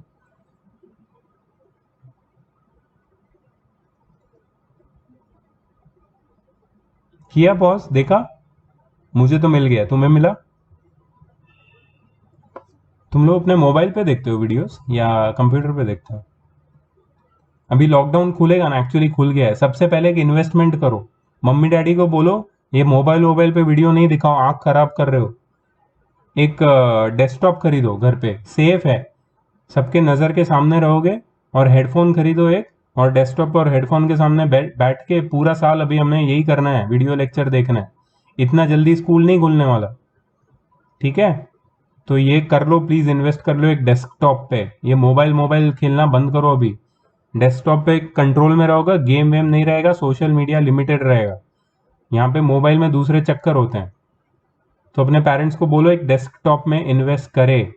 डेस्कटॉप बेस्ट चीज होती है, बड़ा स्क्रीन लेना। ये सब जीरो एरर निकालना पड़ेगा अभी हमको। बताओ कौन सा डिवीजन कोइंसाइड कर रहा है? तो मुझे मिल गया डिवीजन नंबर 6, एग्जैक्टली कोइंसाइड कर रहा है। दिख रहा है तुम्हें? एग्जैक्टली कोइंसाइड कर रहा है। So the sixth division of this figure is exactly coinciding with one of the vernier scale division, one of the main scale division. It does not matter which main scale division, but the division which is coinciding with the main scale division is sixth. The vernier scale division is sixth. So what will be the positive zero error? Plus n, that is value of that division, plus sign डालना जरूरी है because positive zero error है, +6 multiplied by the least count. Suppose least count है 0.01, सो 0 plus 0.06 centimetre. ये हो गया तुम्हारा least count, right? Okay, cool. So positive zero error हमने पढ़ लिया है। समझ में आया ना तुम लोग को पॉजिटिव जीरो एरर क्या होता है? ये देखो, यहाँ पे ये लोग ने और एक अपने तरफ से एक दिया। यहाँ पे देखो, zero of vernier scale is to the right side of zero of main scale. मतलब वर्नियर स्केल का जीरो मेन स्केल के जीरो से आगे है, आगे बोलूंगा मैं। राइट साइड मतलब आगे, ठीक है? अहेड ऑफ, आगे। अच्छा, मुझे ये भी एक फीडबैक चाहिए तुम लोग से, that should I talk in Hindi और इंग्लिश और मिक्स, और शुड आई लाइक, मैं थोड़ा सा कुछ वीडियोस में ऐसा फॉर्मली बात कर रहा था। Okay, so children, you know, we are going to study about your physics and this is our next topic. क्या मैं ऐसे बात करूँ या नॉर्मली, मतलब जैसे कन्वर्सेशन होता है वैसे बात करूँ? तुम्हें क्या सही लगता है? तुम्हें किस में ज़्यादा समझ में आता है? क्योंकि कुछ बच्चे होते हैं जिसको टीचर वाली लैंग्वेज होती है ना, वो बहुत कंफर्टेबल होते हैं उनके साथ। लेकिन मेरे पास अभी वो पेशेंस नहीं है उतना कि मैं वो टीचर वाली लैंग्वेज में मिमिक्री निकाल के तुमसे बात करता रहूँ। बिकॉज वो मेरी, that's not real me, you know. This is real me, this is how I am in classroom. जो लोग मेरे स्टूडेंट हैं उनको पता ही है, this is how I am in classroom. I have fun. मैं तुम्हें ऐसे जोक्स क्रैक करता हूँ, और लैंग्वेज बैरियर नहीं होता यार। और भी अगर मुझे 3-4 लैंग्वेज आती तो मैं उसमें भी बात कर लेता अगर तुम्हें आती तो। बट ऐसा नहीं होना चाहिए। Okay students, so we are going to study about vernier calipers, और इसमें होता हिंदी में आ गया वापस। सो मैं कंफर्टेबल हूँ यार, मुझे कंफर्टेबल लगता है ऐसे दो लैंग्वेजेस में बात करके, हिंदी कभी इंग्लिश, समझाने के लिए इजी होता है कन्वर्सेशन यार। Academics is not just like preaching, preacher तो नहीं हूं ना मैं, प्रीच करता रहूंगा तुमको, ठीक है। Okay, so in this example, the zero of Vernier scale is just ahead of the zero of main scale, and to determine the positive error, we need to find the division of main scale which exactly coincides with any division of we have to find the division on Vernier scale which exactly coincides with any division of main scale. So let's see, is this division coinciding? No. This division? No. This division? No. This division? Yes, it does. This division? No. No. No. No. So which division is coinciding? Fifth division. That's why the zero error is plus 5 multiplied by 0.01, which gives you plus 0.05 centimeter. Then there is negative zero error. So in negative zero error, if the 0 point of the Vernier scale lies to the left side or behind the zero mark of the main scale, when the two jaws are brought together, then the error is said to be negative zero error. मतलब जब दोनों jaws को एक साथ लाते हैं और vernier scale का zero main scale के जीरो के पीछे है, पीछे मतलब लेफ्ट साइड में, तो नेगेटिव जीरो एरर होता है, ठीक है। अब कैसे इसको पता लगाते हैं? अब इसका थोड़ा नेगेटिव जीरो एरर का कैलकुलेशन थोड़ा अजीब है, ठीक है। कैसे करेंगे देखो, हम लोग यहाँ पे एक एग्जांपल के साथ देखते हैं। Now in this example what do you see, the zero of Vernier scale is behind or to the left of zero of main scale. Do you see that? Now I want you to see that which division in this case is coinciding with which division of Vernier scale is coinciding with any division of main scale. So what I can see from here is, मुझे तो एक भी नहीं लग रहा है यार coinciding, ये लोग ने तो फिफ्थ 5 ही लिया है, मुझे अजीब लग रहा है 5 नहीं लग रहा है,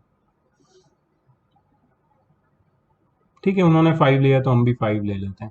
एक्चुअली 5 और 6 के बीच में कंफ्यूजन है, मुझे 6 ज्यादा लग रहा है, 5 थोड़ा दूर लग रहा है, 6 ज्यादा लग रहा है। चलो I take 6। Okay, so I know that sixth division of vernier scale exactly coincides with any one division of main scale, ठीक है, ये तो मुझे मिल गया। Now what I will do is I will subtract this 6, that is the number of division which is exactly coinciding with any division of main scale, from total number of division on Vernier scale. So how many total number of division are there on Vernier scale? 10. I will subtract the 6 from this 10, and then okay, there is a negative sign also, and then I will multiply this by least count, that is 0.01. Okay, so negative sign will remain here. This will become 4 into 0.01, which is minus 0.04, minus 0.01, minus 0.04 centimeter, right? So this is negative zero error. This is how you find negative zero error. You find when you bring both the jaws of vernier calipers together, and you see that the zeros are not coinciding, and you see that the zero of vernier scale is behind or to the left of the zero of main scale, then there is negative zero error. Then you find exactly that division of vernier scale which coincides with any division of main scale, and you take that division of vernier scale, you subtract it from the total number of divisions on vernier scale, that is 10 minus whatever, you multiply it with least count, and you put a negative sign in front of your answer. That is basically the zero error, correct? So what has to be done with zero error? ये zero error तो मिल गया, अभी क्या इसका आचार डालेंगे, क्या करेंगे क्या इसका zero error का? तो zero error must be subtracted with its proper sign from the total reading. याद रखो मैं क्या बोल रहा हूं, zero error to obtain correct measurement, the zero error with its proper sign is always subtracted from the observed reading. So correct reading क्या होगा, observed reading minus zero error with its sign. ठीक है, तो याद रखो इसमें example दिया नहीं है, हम लोग जब एग्जाम्पल आएगा देख लेंगे। हाँ अभी नहीं दे रहा हूं मैं एग्जाम्पल। ठीक है, नेक्स्ट इज स्क्रू गेज। मैं एक काम करता हूँ, मैं कुछ न्यूमेरिकल्स पे जा रहा हूँ अभी, और वर्नियर कैलिपर्स के कुछ न्यूमेरिकल तुम्हें मैं बताता हूँ। स्क्रू गेज में इसके नेक्स्ट वाले वीडियो में डालता हूँ। ठीक है, वर्नियर कैलिपर को मास्टर कर लेते हैं, फिर स्क्रू गेज को करेंगे मास्टर, तो तुम्हारे ऊपर भी लोड नहीं आएगा। ठीक है, अगर मैं ही तुम्हें प्रीच करूँ कि नहीं बेटा आराम से सीखना चाहिए और एक दिन में इन्वेंशन थोड़ी होता है, ये सब मैं तुम्हें प्रीच करके अगर पूरा चैप्टर एक दिन में उड़ा दूं तो मतलब I am contradicting with myself, और मुझे कॉन्ट्राडिक्ट नहीं करना है। ठीक है, so what I am going to do is I am going to go to the numericals now. Let me see, कहाँ है न्यूमेरिकल्स भाई? रखे हैं मैंने कहीं तो रखे हैं numericals.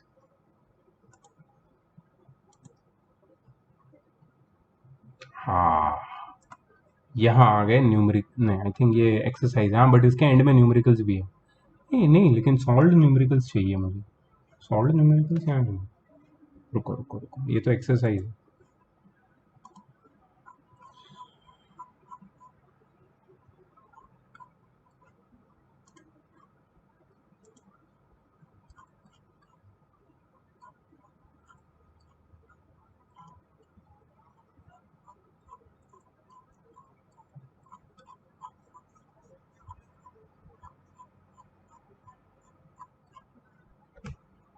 Sorry. First solved example. In a vernier scale, 1 centimeter of the main scale is divided into 20 equal parts. Okay. एक मिनट, इसको मैं छोटा कर देता हूँ, दिख रहा है ना अभी? Okay, in a vernier caliper 1 centimeter of the main scale is divided into 20 equal parts. Okay. So we can find the value of one main scale division. Oh, sorry.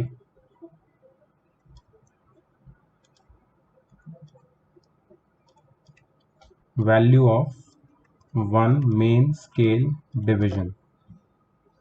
क्या होगा value of one main scale division? See, 1 centimeter is divided in 20 parts, so 1 by 20. ठीक है, 20th part of 1 centimeter, so can I write it as 5 by 100? Yes, I can. That is 0.05 centimeter. So value of one main scale division is 0.05 centimeter और 0.005 millimetre. ठीक है, सबसे पहले first statement पढ़ा मैंने, that in a vernier caliper 1 centimetre of the main scale is divided into 20 equal parts. उससे मैंने क्या निकाल लिया, value of one main scale division. If 20 division of vernier scale coincides with 19 division of main scale, okay, अब हम निकालेंगे least count. Least count is equal to value of one main scale division upon total number of divisions on vernier scale. ठीक है, अब 20 division of vernier scale बोला है, coincides with 19 division of main scale. Main scale के एक division की value क्या है? 0.05 सेंटीमीटर, और total number of division on vernier scale क्या है? 20। ठीक है, तो इसको हम लोग सॉल्व करेंगे। 0.05 अपॉन 20 इंटू 100 अपॉन 100। क्यों कर रहा हूँ? ताकि मुझे सिंप्लीफाई मिले। अच्छा, इसको और सिंप्लीफाई कर सकते हैं, इंटू 100 अपॉन 100 की जरूरत नहीं है, रुको, डायरेक्टली मैं इसको लिख सकता हूँ इंटू 5 by 5, राइट? तो ये कितना हो जाएगा? 0.05 इंटू 5 हो जाएगा 0.25 अपॉन 100 विच इज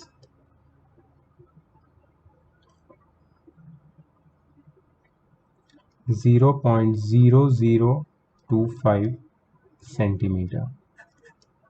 0.0025 सेंटीमीटर। मुझे तो गलत लग रहा है यार। फिर से देख लेते एक बार। In a vernier scale, 1 centimeter of the main scale is divided into 20 parts. 1 centimeter 20 part में डिवाइडेड है, मतलब ऑलरेडी मेरे पास 0.5 mm 0.5 सेंटीमीटर हो गया। Value of one main scale division 0.05 centimetre हो जाएगा value of one main scale division. और ऊपर से बोला है कि वर्नियर स्केल पे 20 डिविजन है, सो 0.05 अपॉन 20 करना पड़ेगा। बिल्कुल सही है, into 5 upon 5 that is 0.25 upon 100 में। मुझे सही लग रहा है अभी। अच्छा, इसमें पिच क्या होगा? Pitch is the value of one main scale division, इसको हम पिच भी बोलते हैं। ठीक है, हम पिच पढ़ नहीं रहे बट पिच हमें पता है कितना है। तो लेट्स चेक इट यार, क्या करना है।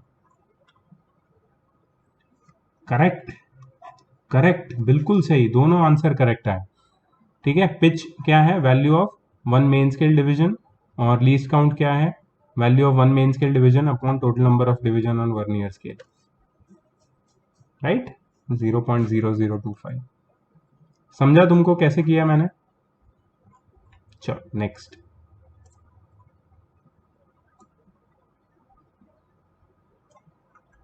Assuming that jaws of calipers are tightly closed, find the zero error in each of the given figures. ओ हो, जीरो एरर पूछ रहे हैं। रुक जा रुक जा रुक जा रुक जा, अरे क्या हो रहा है?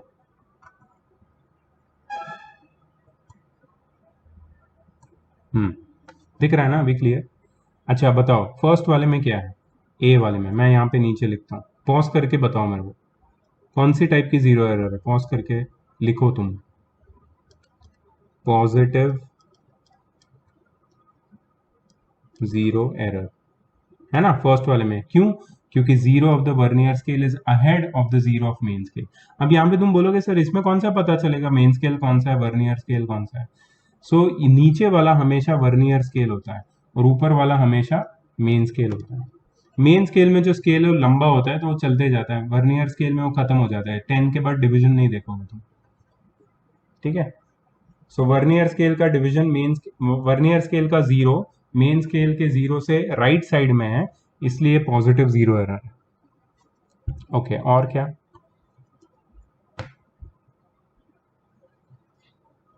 फाइंड द जीरो एरर बोला है ना। Now we have to find that division of vernier scale which exactly coincide with any division of main scale. And video pause करके तुम ढूंढो, मैं भी ढूंढता हूं। ढूंढ लिया? मैंने भी ढूंढ लिया। Sixth division, yes, sixth division of vernier scale exactly coincides with one of the division of main scale. So positive zero में लिखूंगा मैं +6 और मल्टीप्लाई करूंगा लीस्ट काउंट से। अच्छा, अभी लीस्ट काउंट कितना है?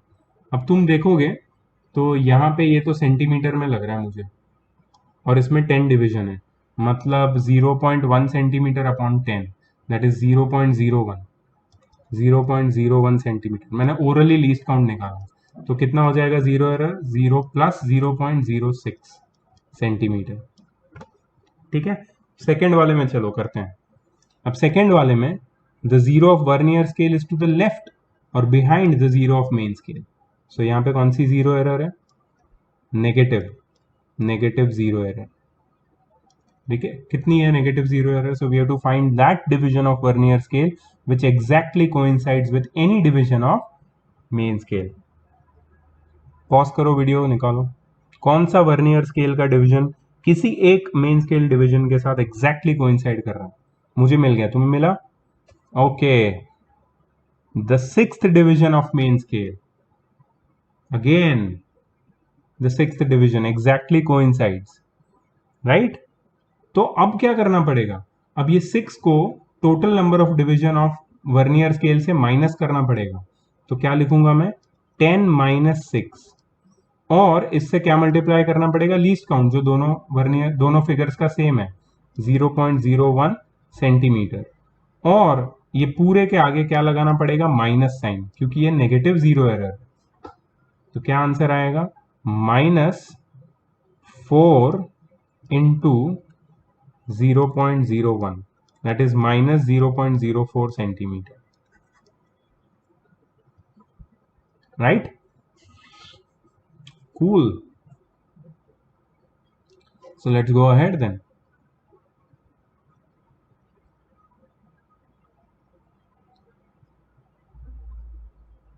ओके दोनों आंसर करेक्ट आए थे। वो लोग ने पूरा सोल्यूशन में लिखा है पूरा एक्सप्लेन करके। मैंने भी यहाँ पे अपने तरीके से ओरली एक्सप्लेन किया था। So I hope you understood this. Let's go to the next question. Find the reading of vernier calliper shown in the figure. तो जब भी ऐसा फिगर देते हैं और तुम्हें रीडिंग ढूंढने के लिए पूछते हैं, so first what you should do is find the least count. Okay, now there is one very strange thing which is over here, which I observe. For finding the least count, first thing which we have to find is value of one main scale division.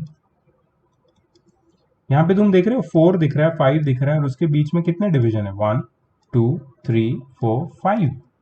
So 1 centimetre is divided into 5 divisions. So मैं क्या लिखूंगा यहाँ पे, 1/5 centimetre. So 1/5 is what? 0.2 centimeter. This is the value of one main scale division. And how many divisions are there on the vernier scale? 10. So least count कितना हो जाएगा? Value of one main scale division, that is 0.2, or upon total number of division on vernier scale, that is 10. तो least count हो जाएगा 0.02 centimetre. Least count मिल गया. अब reading ढूंढना है, तो उसको क्या बोलते हैं, ऑब्जर्व्ड रीडिंग. ऑब्जर्व्ड रीडिंग में सबसे पहले क्या होता है, ऑब्जर्व्ड रीडिंग में होता है main scale reading plus vernier scale reading multiplied by least count. Main scale reading क्या था, याद है तुम्हें? Main scale reading is value of that division which is from which the zero of vernier scale is just ahead of.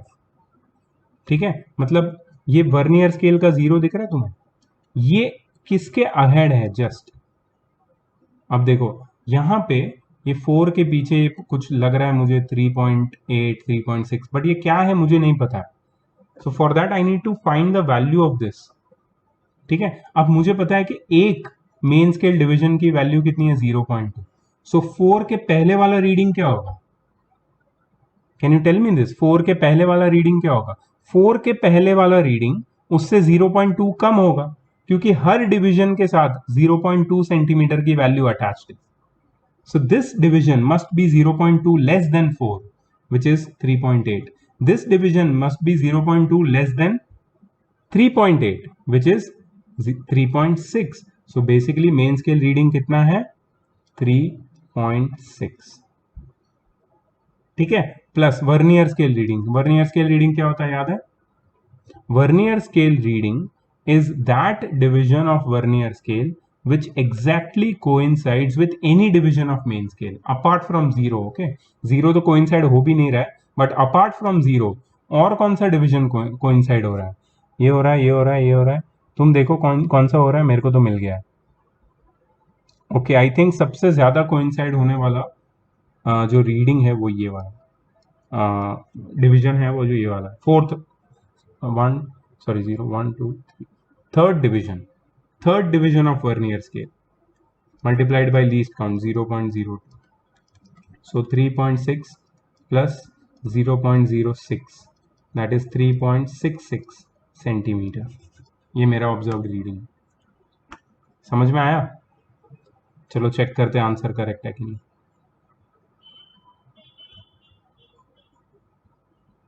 वो गलत है, answer गलत आया. आंसर गलत क्यों आया? वर्नियर स्केल रीडिंग वो लोग ने 0.03 लिया है.